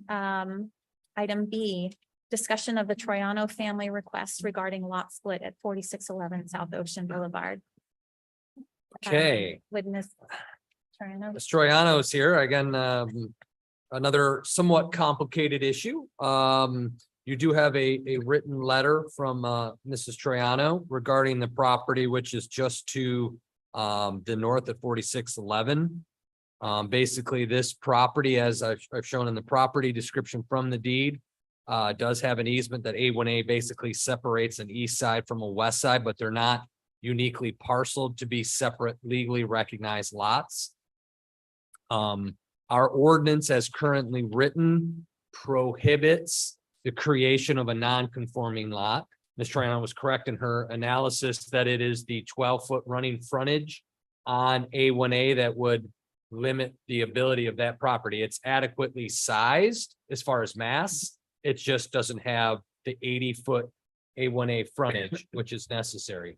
So under ordinance, because it doesn't meet the parameters for that district, we're prohibited from splitting it. So the quest today is for Ms. Troiano to tell you her story and make her request. If the town is interested to take some action, do some research on how we can modify the ordinance in some fashion to recognize this unique circumstance. There are a couple other properties that we were able to find on A1A, but they are not confronted with the same issue, meaning they don't have the frontage or the mat. So they wouldn't, the other properties we found could be split and meet the conditions of a lot split. This is the only one we found on A1A that couldn't meet that extra 12 feet on frontage, which is the miss. So I don't want to steal any thunder and let Ms. Triana tell her story and we'll go from there. Well, thank you for having me. I'm Laura Toriano. And my husband and I have lived at 4611 South Ocean Boulevard for about 35 years. His family, our family, has been in the town for over 50 years. Ambassadors, Coronado, and now here, and we have lots of relatives who live here as well. Our property is unique, like Mr. Labadie said, we're the only property in the town that has two pieces divided by A1A, which has the capacity to have a structure on it, a home. The west side property is zoned multifamily, low density, and the east side is single family. Our family has grown. We have 4 kids. They're all adults. We have 2 married, 1 more is getting married in September. We have our daughter currently lives in our home at 4611 with her child Dash, my grandson, and her husband Taylor. And our kids grew up here too, you know, and they've been coming for years and years and they love it here. And we would like to be able to build a home across the street. And that's really it. Just our family's expanding and that's what we like to do. And I think the issue on nonconformity is there's there's a way to look at it as a detriment or as benign. And in our situation, it's essentially benign because it doesn't impact negatively on the welfare of the community and the public safety. So, you know, and actually ever since we've had this property in 1988, it was my husband's father who purchased it. He renovated the home and then he never lived in it because he passed away before he was able to, and then we inherited the house. And well, anyway, we really would like to be able to just build a house across the street. I mean, it's just as simple as that. And I can take any questions if you have. I guess I have a question. So with this, what you have across the street now, she's not allowed because of the density, you can only have. No, it's because it's because of the width. Frontage. So It's- regardless, so whether it's separated whether it's separated or not. Okay, so if it's separated, I guess I guess that's my question. If it's separated, that's not an issue, you can build. Correct. Something. So let Okay. me explain. Right now, it's kind of interesting because the one side on the west side has a completely different zoning than the east side. One is single, one is multifamily. In the county record, on my county record card, it's the same thing. I pay different taxes on the west side, I pay different taxes on the east side. They're combined, I pay them all, you know, all together. But when you look at the property record card, everything is different. You know, the zoning, the relationship to the size of the lot, what can be built there, what can't be built, all of that kind of stuff. And it's all right there. So there's one line in the code for Highland Beach. It says a non-conforming lot cannot be divided and create another non-conforming lot. That's essentially it. However, because it's not detrimental, it's just benign. My view of that is that it's just that it's benign. It doesn't impact negatively on the public safety of the town. And we're the only lot in the entire town that is like this. So no one else would come and say, oh, gee, you let them do it, then you need to let us do it too. And we just always, for all these years, we always were told by the town, mostly the building department, that we would always be able to do something with that lot across the street. And then when we attempted back in October, November of 2021, that is when we were told it may not work. What was the original intended use for that piece of property? I don't, what do you mean?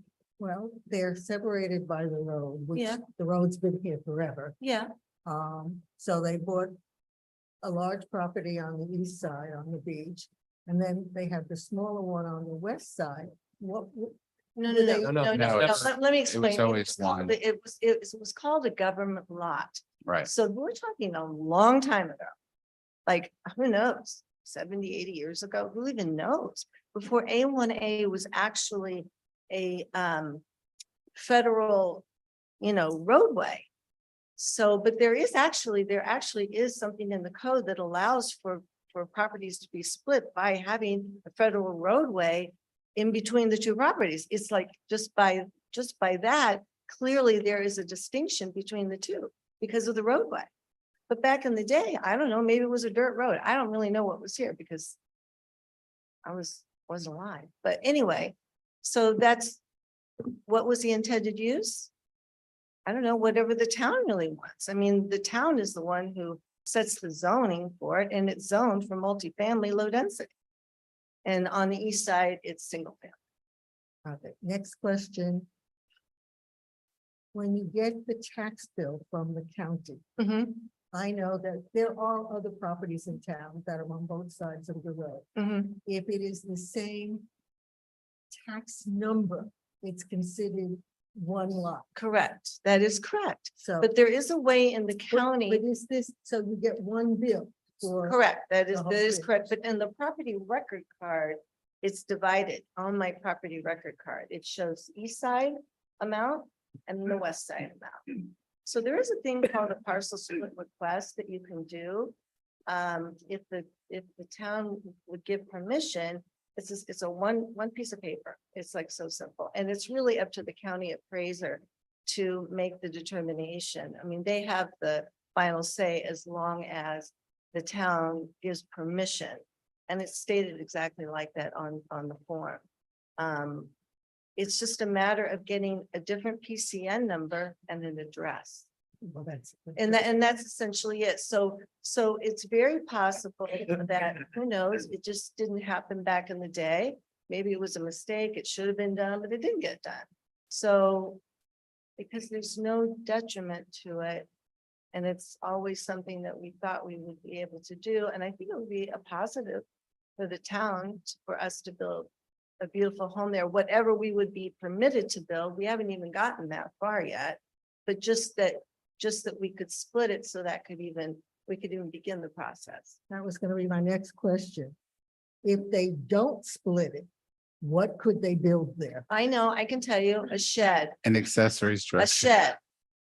Like a tool shed. Now, I know Highland Beach doesn't want a tool shed on that piece of property over there. Okay, but if it's large enough for a guest cottage or something. No, not even. It's called an accessory unit. But a guest cottage would be an accessory unit. No, it's not if you have a kitchen. Jeff is not here. Well, if you have a kitchen, it's a unit, correct? But That's right. So if you, and then here's the other thing, like say, I mean, that doesn't even make any sense. Like I would build a garage with a bedroom in it or something. And then when people want to come and get something to eat, they have to walk across A1A every time. You know what I mean? That doesn't even make any sense. We have 25-foot setbacks from. I know, but it all fits. It all fits. something could be constructed. It's just the lot is not conforming, the lot itself. But again, it's that definition of nonconformity, detrimental or benign. And I have a really great article that was written by a very prominent land use attorney in Tallahassee, and he consults with the legislature all the time. I forget his name, but I can look it up for you. And then there's a professor at the University of Florida who she has written textbooks about zoning for the state of Florida. They wrote this article together about nonconformity. And they said really towns, if they could look at nonconformity as detrimental or benign, it actually allows commissions and the town to express themselves and the laws and the code a little more effectively, because then you're not just picking one sentence out of the code that someone that is there because the reason it's there is because of a detriment, not because of something that is benign. So that's the point behind that.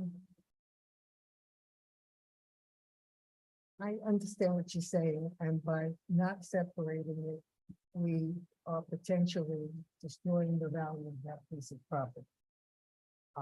I would like to have this go to the planning board, because this should be a planning board issue. I would like their input on it. So in order to accomplish what Ms. Troiano wants, we would actually have to do some sort of code text amendment to come up with a process that would allow you to do what you want to do. So is that what you want to go to the Yeah, I think this planning is board? another huge legal issue. It is another- So, This is, it's not legal as much as it's It the really, it's really not. legal. code It's issue. not. It's a code issue. And the thing is that one piece of code only affects one piece of property in your whole town.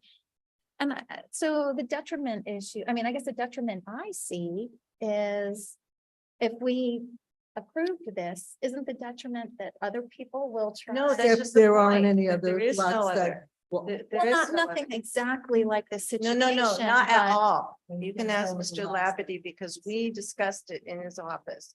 And there's only, we are unique. We are the only lot in the whole town that there's no one would come. It's not gonna be a domino effect.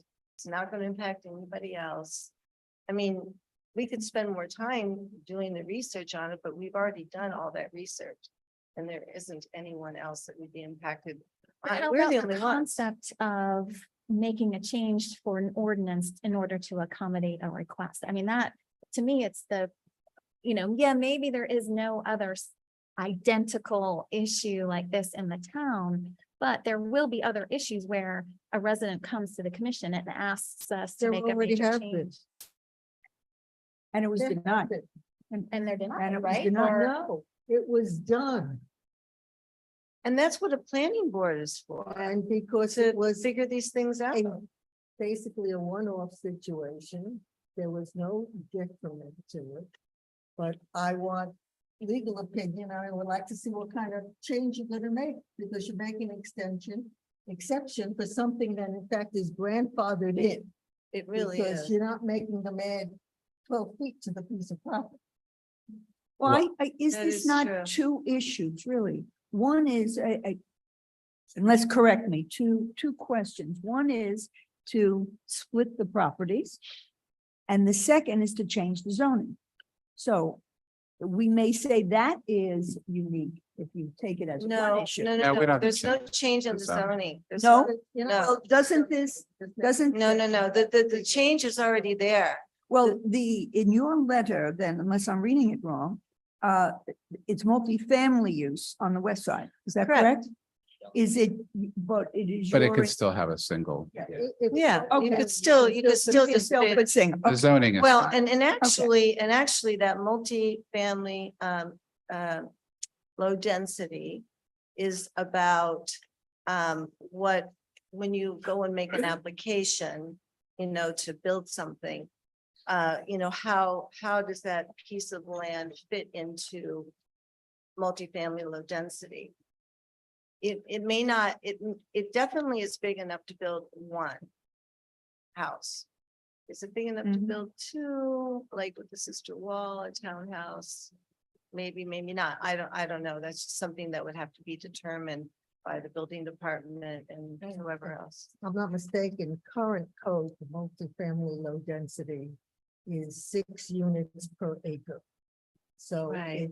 So you definitely determine the depends size on of that lot and acreage size. and Ms. see. Allen.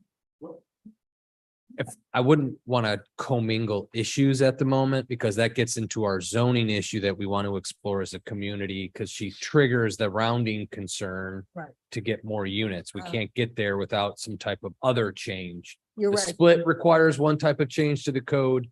Greater density requires yet another change. And I don't, But that's Yeah, strictly a but I plan, think that's we a planning board thing. That, But- that's an Yeah, appeals. I but mean, if that she's has just nothing to talking do with about me. Putting one unit, then you don't even get to a rounding issue. I don't think you have to worry about what There gets is put no on doubt. is if you want to create a lot, which requires a change to the code to get there. Then it's a whole nother issue for the Troiano family to decide what they want to do on it.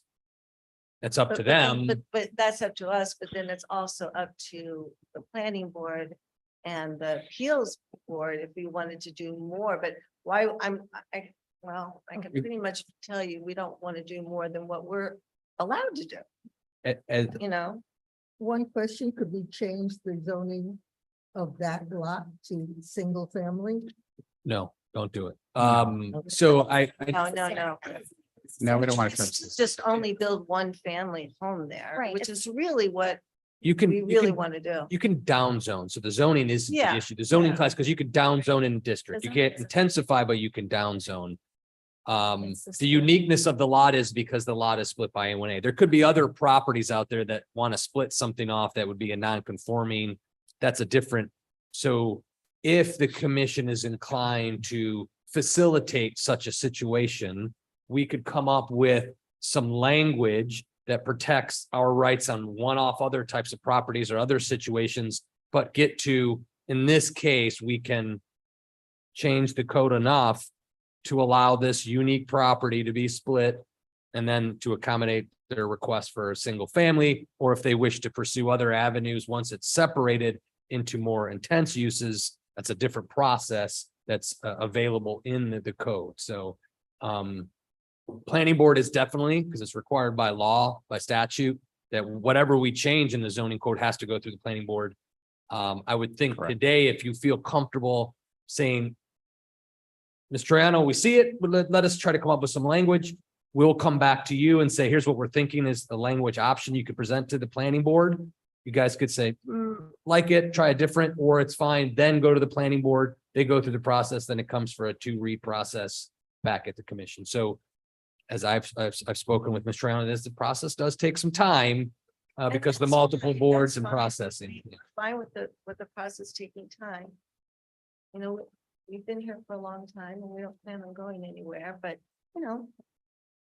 It wasn't even something that we even were aware of, to be honest, until October of 2021, that there was this, you know, we just always thought the lot across the street was multifamily, single, you know, low density, and we'd be able to build something over there. And we were, over the years, when we ever asked anyone in the town, they always said, yeah, no problem. But we just never were ready. So, and now we're getting ready, you know, we're just getting ready to think about it. So, I mean, I'm in favor with Marshall's suggestion, which is to do a legal review. I mean, what do you? Yes, I think so as well, because we are, if it is unique, and there's nothing else in town like that currently, and not to separate it now, to find some accommodation would deny the enjoyment of that parcel of the property. And that's a concern. And, Yeah, I and think if so. it remains the same, doesn't appear to be any reasonably livable structure that can be put on it. Is that correct? right, and the other thing is that all the other properties around there are all zoned in the same way. And they all have the enjoyment. I mean, they don't have the width restriction that we do, but still, I mean, you can actually build something there. And, you know, it just kind of makes sense to be able to do it rather than just have an empty lot for the end of time, whatever. And so it is your intention to do a single family? At home? least, yeah, definitely. Our daughter and her husband would like to be able to build across the street. Then I would concur You're with going Okay. towards Okay. that. Okay, we so need the a curry is Yeah, to come moving back forward. with some sort of language that And I guess I want to understand also any legal consequences of accommodating this change. Are we opening ourselves up? I will not allow that to happen. Okay. And that's the exercise that myself, Len and Ingrid are go through is to make sure that change we do to accommodate this situation doesn't expose us to something to else others. that we didn't think of on other lot splits down the road on other properties. We want to make sure we don't expose ourselves to issues there. And I think this is another item for public comment, so, Require a lot of public comment. yeah, I mean, I would hope that Process. anyone who has an opinion about this could come forward and share their opinion about it as well. I mean, this impacts our town and, could be a change, so. And the process does require to be, any board is effectively noticed hearing on it. They'll have discussions, motions, then it comes for 2 reads back to the planning commission. Plus, before we even be to the county commission, but before we do all that, we're gonna bring back options to this board to direct it to them. So we got a couple steps and lots of opportunity for the For public. people to come Yep, forward. yep. Okay, that's good. Okay, I think that's good. Okay, moving slow, but moving forward in Moving slow, small but moving. steps. Thank you So- very much. Oh, yes, Thank sure. you. Thanks for coming forward. So do we need a motion? Why not? Let's make Okay. a simple motion just to make sure, you want us to move forward with, legal review and some type of potential language Some language. modification. I move that we have a legal review and come back with potential language to deal with Mrs. Troiano's request. I second, thank you. All in favor, say aye. Aye. Anyone opposed? Okay, motion carries. Okay, next item. Oh, okay, public comment, sorry.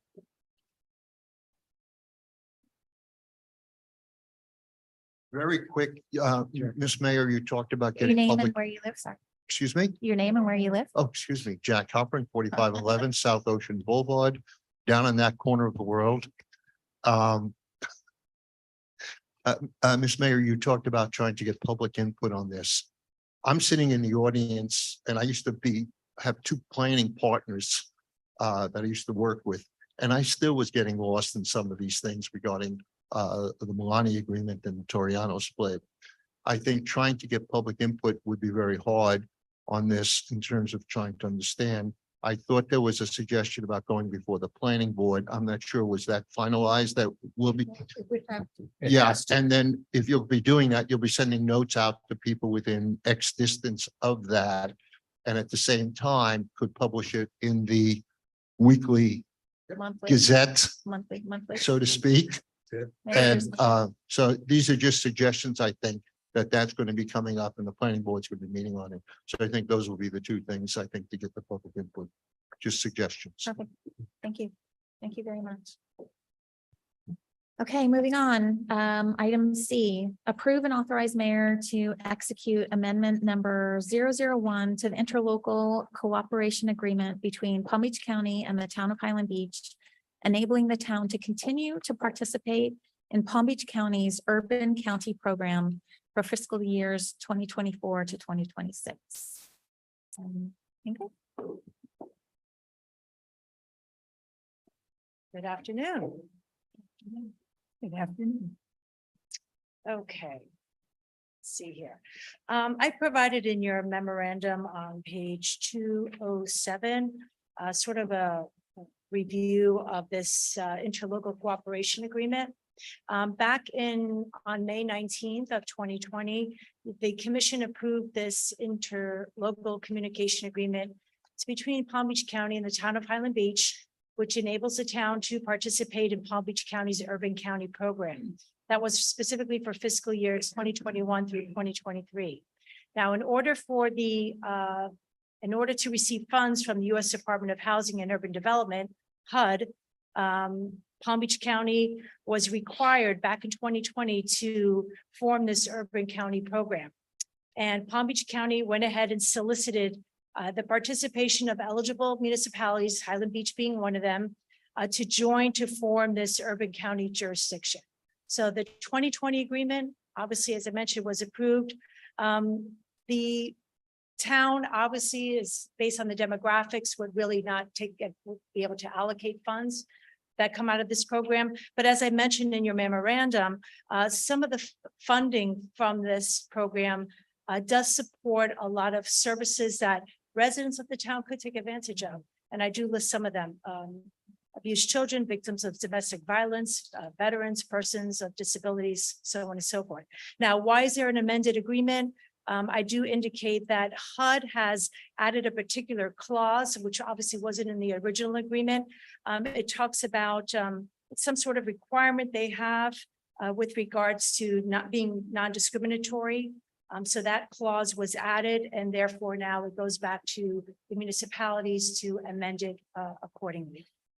And that's pretty much the gist of it. I'll be happy to address any questions. We went ahead and attached a letter that we received from the county talking about the amendment and the reason for it.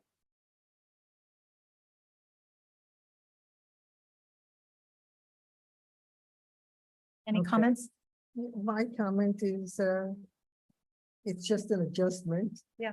We are obviously still going to continue to be part of this because it's a very beneficial program for the community and at large and part of the greater Palm Beach County area, and we try and get along with them. So I don't see any reason why we would say no to this. Right. It's request. very much a goodwill effort.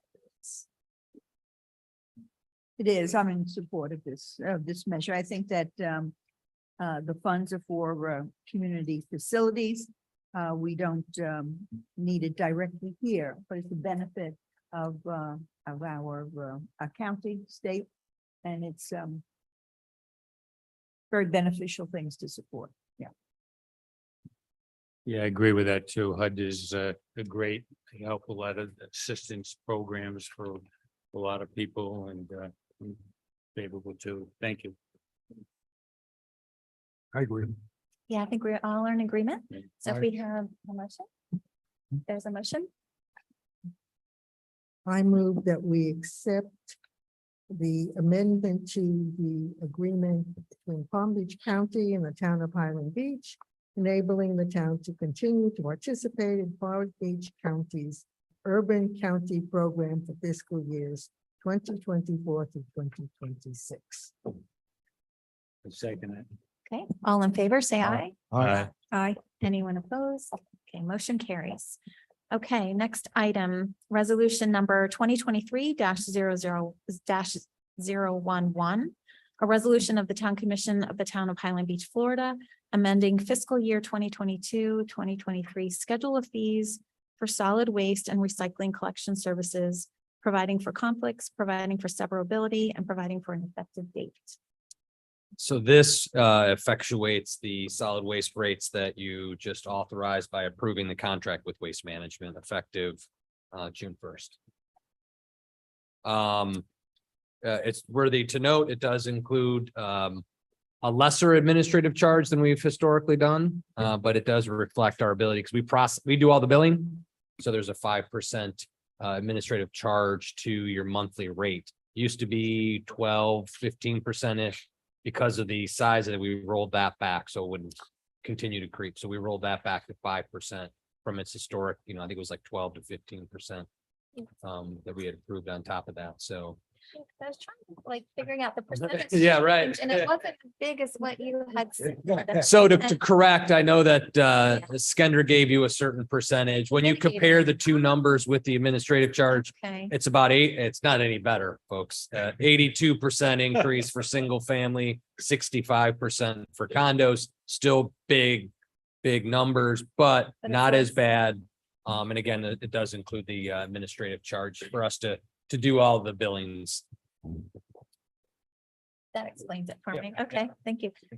Any comments about this? I mean, I think we're good. Do we have a choice since we approved the No, contract? we don't have a choice, so might as well make the motion. I move we approve resolution number 2023-001. Seconded. 01, I'm sorry. Second. Okay, all in favor? Say aye. Aye. Anyone opposed? Okay, passes unanimously. Water sewer rates update. So you want to give us an update, David? Absolutely. Thank you. A lot of exciting things going on here. So, anyway, I included a memo, for you. And so, you can see there, where we're at right now. So, we're halfway through the year, really, when you look at, how we bill for water and sewer, right? So if most of you know this, we bill, 6 times a year. So we have 6 billing cycles. So we just finished number 3, and I'm calling it in this report, the second quarter, right? And so we're halfway through the year. And you can see right here under water irrigation, what our annual budget was, what our total year to date actuals, that's this column here.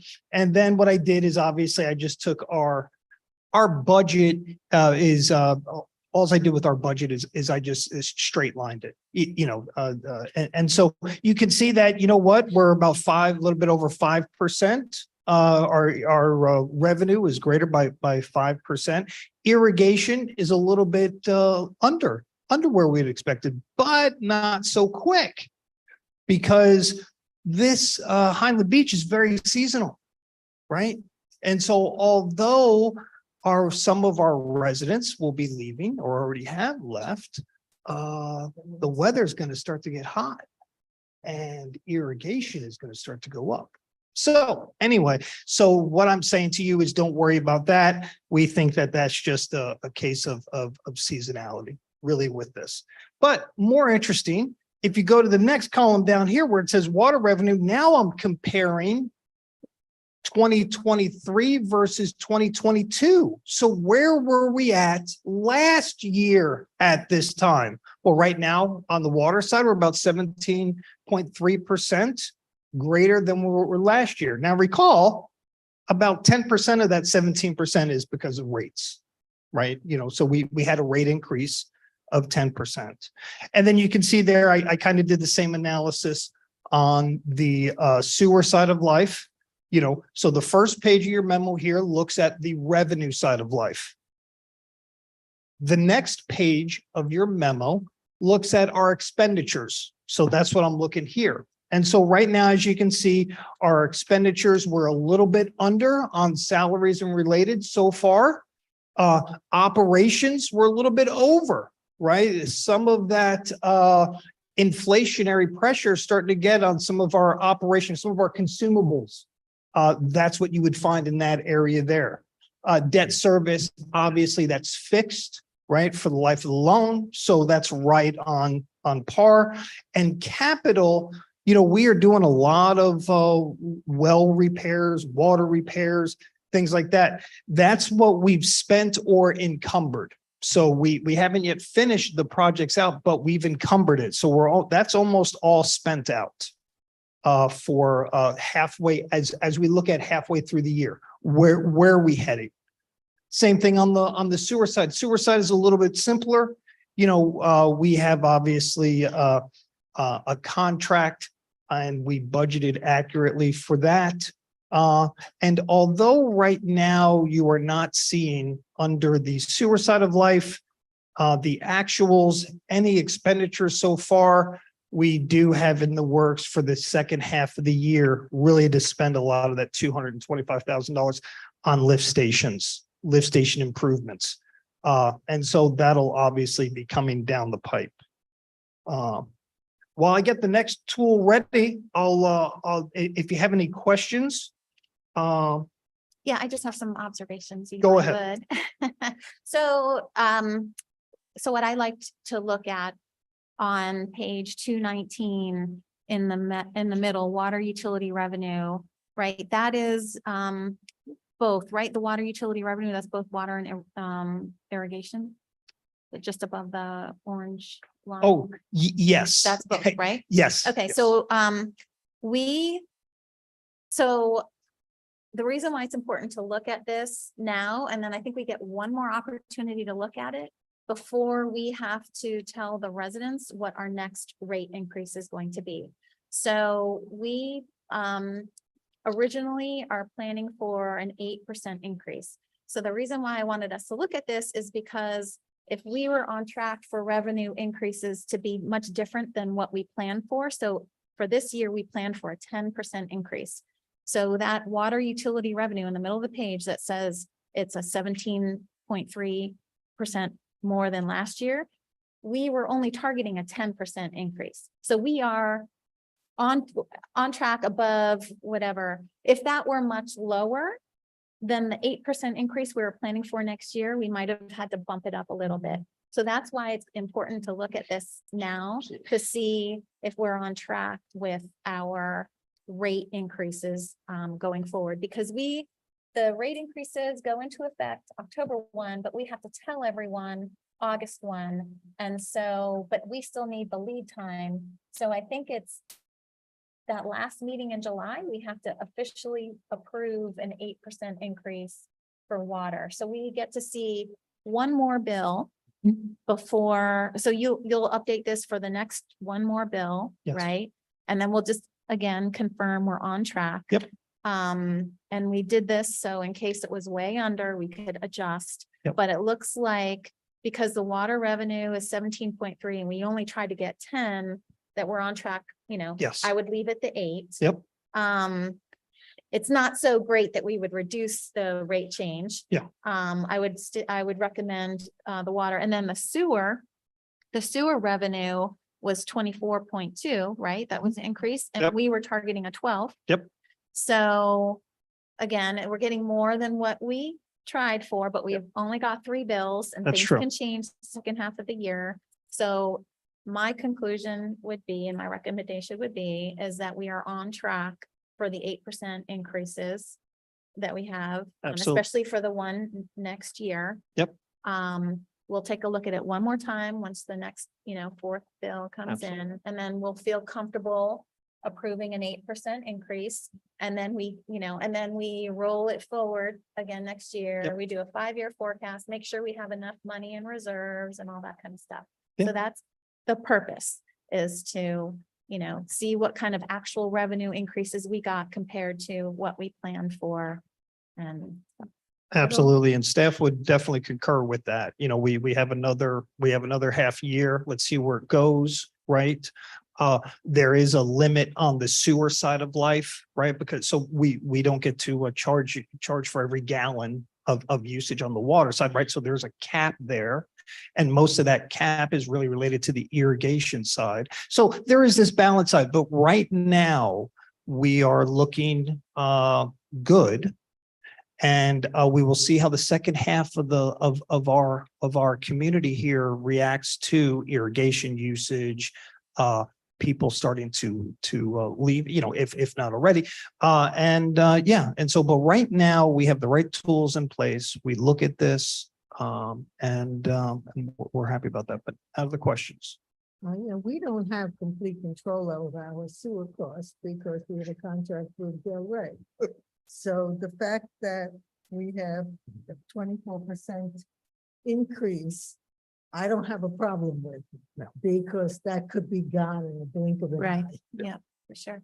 The expenses could go up. Yeah, we right. don't have control. Very good. Right. Yep. I have a question. How much, if any, impact has the construction that's going on in town impacted the water revenue, the use and the revenue? Are you talking in general?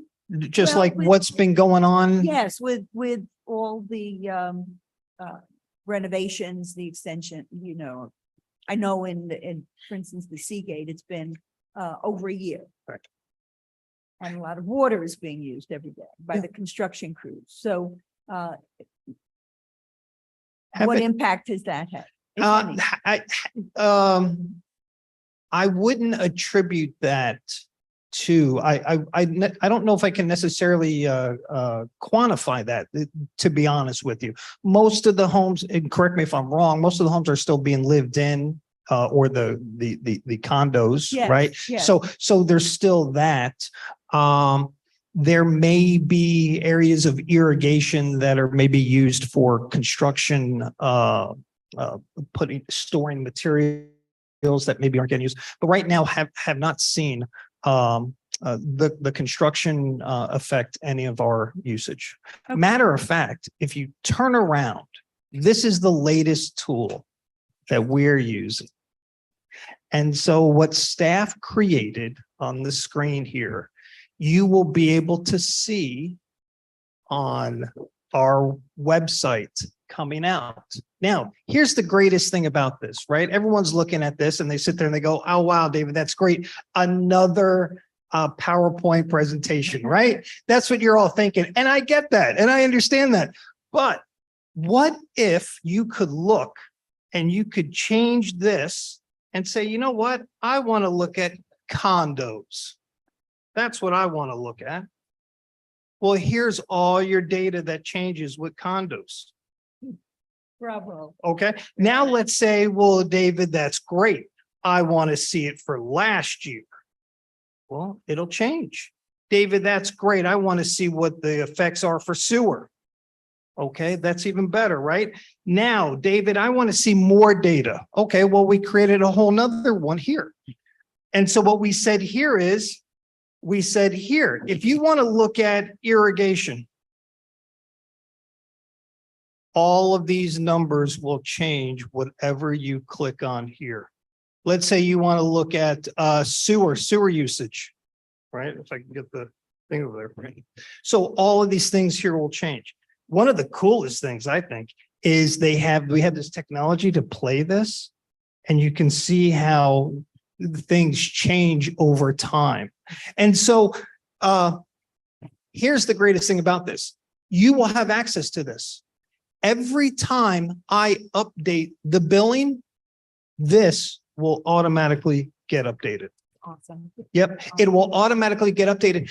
And matter of fact, here, this is how much a little bit better we're doing. So, right, so this right here is prior year, 2022.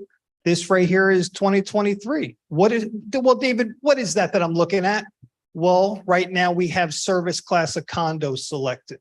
Well, I'm not a condo, I'm a residential. Oh, well, then let's just change it to residential. You want to change it to multifamily? Whatever you and or our customers, our constituents, the people that we serve, whatever they want to look at, they will be able to dive into here. Now, here's the great thing. I got 1.5 years of data in here, right? We're going to be constantly updating this. We are not only going to be able to tell you what has happened in the past, but we're also going to be able to tell you what's happening now, real time as billing goes. And we'll also be able to predict where we think we're going to be in the future. And so with our new website, and I appreciate obviously our town manager giving my department the freedom to create this on behalf of you. And this will be on your website. This will be a link that'll be updated. We're trying one out for the building department, right? You want to see how many permits, how much are the fees, what are inspections, right? And so the neat thing is that you will have any granular data that you want that you don't even need the software. You just click on the link. This is what opens up automatically, and you can see the town of Highland Beach. How are we doing on water or sewer? What is the average? And so that's kind of the cool things with the technology. Look over here to the right-hand side. Wow, I didn't know that 86%, right, of our revenue is by the condos, right? Or 9.1%, or what the average usage is, how many base accounts we have, how many usage accounts, what's their build flow. And so we'll be able to tell you anything and everything that you want to look at. So these are the tools that we have in place that we're starting to launch out.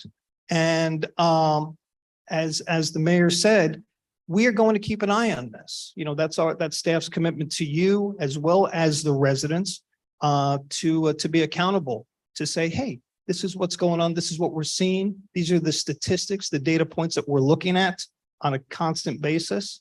And it helps us to be a little bit more successful in what we do. So we're looking forward to rolling that out. So if you have any questions. I think this is incredible. I mean, this is gonna save me a lot of time. I don't have to work, pull out the Excel spreadsheet. I mean, Yeah, this is exactly. really, I mean, I. Yeah. Do any other towns even do this? I mean, this just seems so. Yeah, no, advanced. you know what? Highland Beach is a special town, I right? know, And that you so guys we, get to we. Not as well as we do it. Right. Remember that, exactly. everybody. Not as well as we do it. This is, this is gonna help us so much in monitoring getting the water and sewer funds independent, which is a goal that we had. You know, this is a culmination of changing to the, that system, I forget what you called it, when you it was a few years ago, you transferred from the old system. BSNA. That Yeah. BSA, I mean, I think that was critical and getting the data, And the And then- time we live in, right, this is phenomenal Yeah, time we live in for, right. I call it a data for good, right. right? You know what I mean? I'm not going to skew the data. This is the Right. data that you're going to get. You're going to pull out of it. And the neat thing is, you know, all of us who grew up, I love spreadsheets, right? You know, that's my life. And I love Excel, right? The cool thing about this is it marries Excel, and everyone hated Access, and I get that. And right. And so, but it marries them where you create relationships between data and it's updated in real time, real quick. Yeah, anything that you see the Census Bureau using and you click on those things and you go, oh, wow, look at all this. Yeah, your town is going to be able to have that. And so, yeah, no. So is this because of the new website that we did too? Is that what makes this integration No. easier? No? No. Okay, This Microsoft developed, Okay. it's called Power BI. okay, And really what Microsoft wanted to try to do was compete. There's another product out there in the world called Tableau. okay. Tableau, you may have heard it, maybe not. But, you know, again, it's being able to click on something, get questions that you may have different questions than she does. You might have different questions. Well, here's the data where you can get that. And we can build almost anything. You know, we built this in-house. We looked at different things. The accounting and finance department looked at what's important. Well, averages are important, flows important. What else is important? Breaking down data by service classes, because we have condos, we have residential, we have multifamily. Not only that though, but looking at long periods of time. And so as we continue, and not only that though, but think about this too. When we bill, we can catch errors much more quickly. Hey, wait a second, this doesn't look right, right? Here's an outlier, right? This is why you use that. You know, this is why you track it. This is why you use it. And it's going to be a phenomenal tool that you and the residents and management can use to work together to achieve our goals. So, But I imagine, David, this is because you took the initiative to implement this tool, correct? I mean, yeah, well, you know, yes, I did, I mean, but my town He's our manager. superstar. no, you took the initiative Yeah, to do listen, this. I mean, that's I really love impressive. this. Yeah, that's I really love impressive. this. And I'm telling you, the cool thing, here's what I want you to think about. The cool thing too is I just found this out. I didn't even show our mayor or Marshall, is that look at, you click on this button here and it'll show you the history changes over time. And so I want you to imagine when we have 3 years worth of data, right? You'll be able to see how much usage, Right. what is the flow of it? Wow. Okay. So no longer are presentations stale. Right. You are going to have this in your computers at home. You are going to be able to look at it at 3 o'clock in the morning, whatever you want to look at. And here, and then you know what, here, break it down, you know, irrigation, sewer, base, so on and so forth. And so, yeah. And so, you know, we're looking at it for the building department, right? But maybe the fire department can use something like this, right? Number of call outs. So this is just the tip of the iceberg, and we'll get there. Yeah, I mean, this is really an example of a individual Right. seeing an opportunity and implementing. I mean, this is not an expectation of his, this is going way above and beyond in my, I mean, it is, I mean, that's really. Well, you should see the stuff we got coming for the budget. Yeah, yeah. He's taking this to the budget too. So yeah. the budget, which Oh, has yeah. always been a real snore fest, we're gonna really make this Oh. excited for the crowd, right? So you'll be able to see the movement and data and finance and Yes. revenue and Yeah, oh, we're doing this. for position the- budgeting, health. It's great. If someone wants to know, you know, the police department, what's the budget versus actual for the police department? We've already built something for it. If they want to go to the trash, if they want to go to parks, if they want to know this library here. Well, what was our budget and what was the budget versus actual? And what do we spend on salary and operating costs and things like that? We live in a fantastic time where the data is available. The board and the town has already invested in a great accounting software. And so all we're doing is we're tapping into that a little bit cleaning up some things. We built the back end already. So now we're just updating it. And so you're right, Mayor, is that, you know, it saves you time. It saves me time for having to go through an Excel file, right? Redo all the things, look at things. All right, where are we at now? So it's kind of cool. Yeah, the visualization of the data is something that I know, you know, Microsoft, you know, Google, whatever, that have really tried to implement so that you can see patterns more quickly and identify outliers and try to explain those outliers. So I'm extremely impressed, and I just want to recognize that this is not a you know, most finance directors would not take the extra step to do something like that. So I just really want to recognize that and thank you very No, much. thank This you. is No, a significant added value Yep. to what you're doing. So Yeah, thank it's you a lot very of fun much. too. So- Thank Yeah. you. Yeah, very no, much. Thank you're you. welcome. Thank you. Yes, thank you. We got another clue. David, it's great. Can you design one for me, for my wife? Or Yeah, right. Yeah, exactly. You know what? I can show you how to use it. How's that? I'll teach you how to. fit. And remember, the 7 o'clock show is always different than the 3 o'clock. So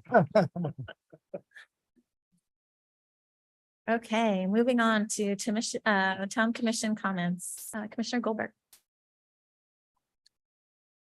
Any comments? Once again, a very eventful, full agenda. Just, but I don't have anything, beyond what we said. Kudos to this magnificent, display. And I think it's just wonderful. It's going to facilitate us being able to individually to evaluate, budgets and costs and revenues, with greater facility. That's it. Yeah, thank you, David. It looks like you enjoyed, like I gave you a Christmas present or something like that. You're having fun there. And I'm Mrs. Troiano and Melanie, I'm glad we're getting public comment on that. I think it's important to get the planning department involved in that. And I think we're doing the right thing. I like to listen to the residents and what they have to say. Thank you. Commissioner David. No, nothing additional. I think this was a full meeting that we did in fact accomplish some things. Vice Mayor. Yes, I have two items. One is I'm meeting with FPL Kate Cotner, External Affairs Manager. I'm meeting with her tomorrow, Thursday morning. If anybody has any questions, they want to email to me that I can report back at the next meeting. She reached out to me. She's a new regional director. And there were some topics at the BDA meeting, and she wants to enlighten me to what's going on and see if we have any questions. So I just wanted to let everybody know that. And secondly, there was a new town group formed. And basically it was formed by John Shoemaker and Phil Laurier, Bill Acosta, and that's meeting of presidents of the medium-sized condominiums. And there were actually, the first meeting I attended, there were 12 represented there. And what they're doing there is discussing common things, vendors they use, insurance, things that are common. They're going to meet every 2 months, and I'd be happy to report back to the commission. And what you said, medium size, middle size? Yeah, I have a list I can furnish. I can, the ones that were attended the meeting of the covenant of the association. When was that? It was just May 8th. May 8th. Okay. And if Okay. other condos wanted to join, if other condos wanted to join. what I they would do? have to refer that to the people who are running it, and I'd be happy to do that, yeah. I haven't heard of it. I think the one meeting was a 2-hour meeting at Villa Costa, and it was very positive input, challenges. Everybody is going to furnish the list of their vendors and so forth, and they're going to consolidate it online into one, nothing to David's extent, but they're going to put it together, and it'll be available to all of the members. So again, as it progresses, I'd be very happy to report back to the commission. Excellent. Yeah, long meeting, good meeting. I thought we got a lot done, and yeah, thank you to everyone who came. And town manager, anything? Yeah, just a little bit of foreshadowing. Next meeting, we will have the PBA contract that was ratified last week by the police department. And again, communicated with each of you, so we'll be bringing that back for formal ratification via the talking points that I included in that email. So I appreciate the spirit of the group moving forward. Quickly on that, again, I appreciate the support of the commission. And this kind of piggyback, and I think David triggered it for me. The support of the commission to allow me to get talented individuals in here so we can become the preferred employer in South Florida. So people want to work with us so we can compete with the private sector to get the talents like David, Chief Hartman, Skender. So we can do these things. Jackie, we got her here. So I mean, the ability to do that requires the support of the commission to keep moving us forward so we can do these unique things and get that talent in here. So while we're a small town, if we have all of the right talent, we can, be quite successful. And again, kudos to David. You can't manage if you can't measure. So getting those metrics in place allows us to continue on our path forward to protect our 3 miles of paradise. Also, our next meeting, our lobbyist will be coming in. He was on a short stint for us with the JLAC stuff with Delray, making sure. Right now, we are budgeted to get the appropriation for our lift station. So I will be sending kudos. I mean, we still have to sign the budget, but Representative Gossett Simon, Senator Berman really pushed that for us. And our lobbyists help kind of, move the tracks in the right place for the train to go. I did forward you an update from them. They will be coming on June 6th to provide a session update. I provide some of the session analysis that you saw on those items that really pertain to municipal operations.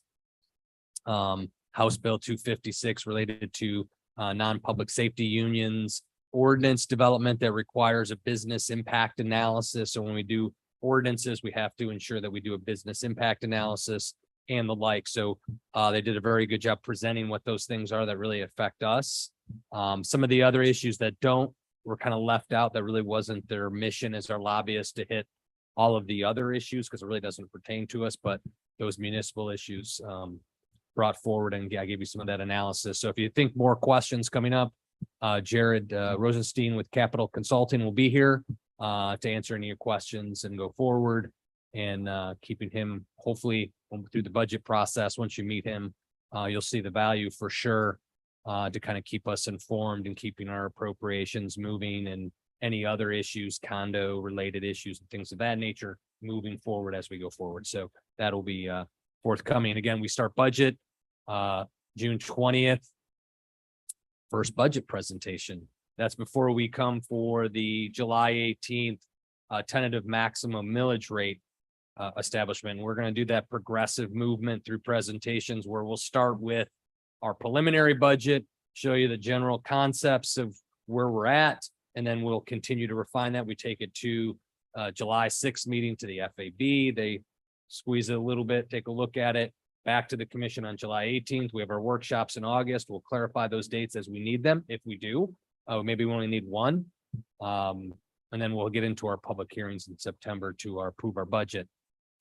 Dorothy Jacks, our property appraiser gives us the numbers here in 2 weeks.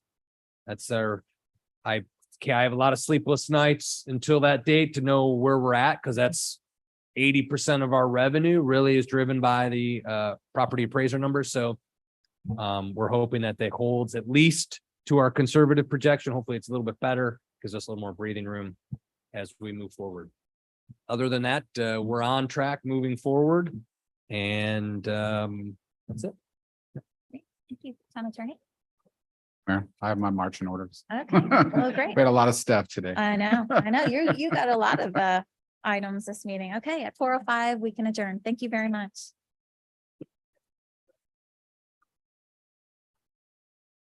It could have been longer.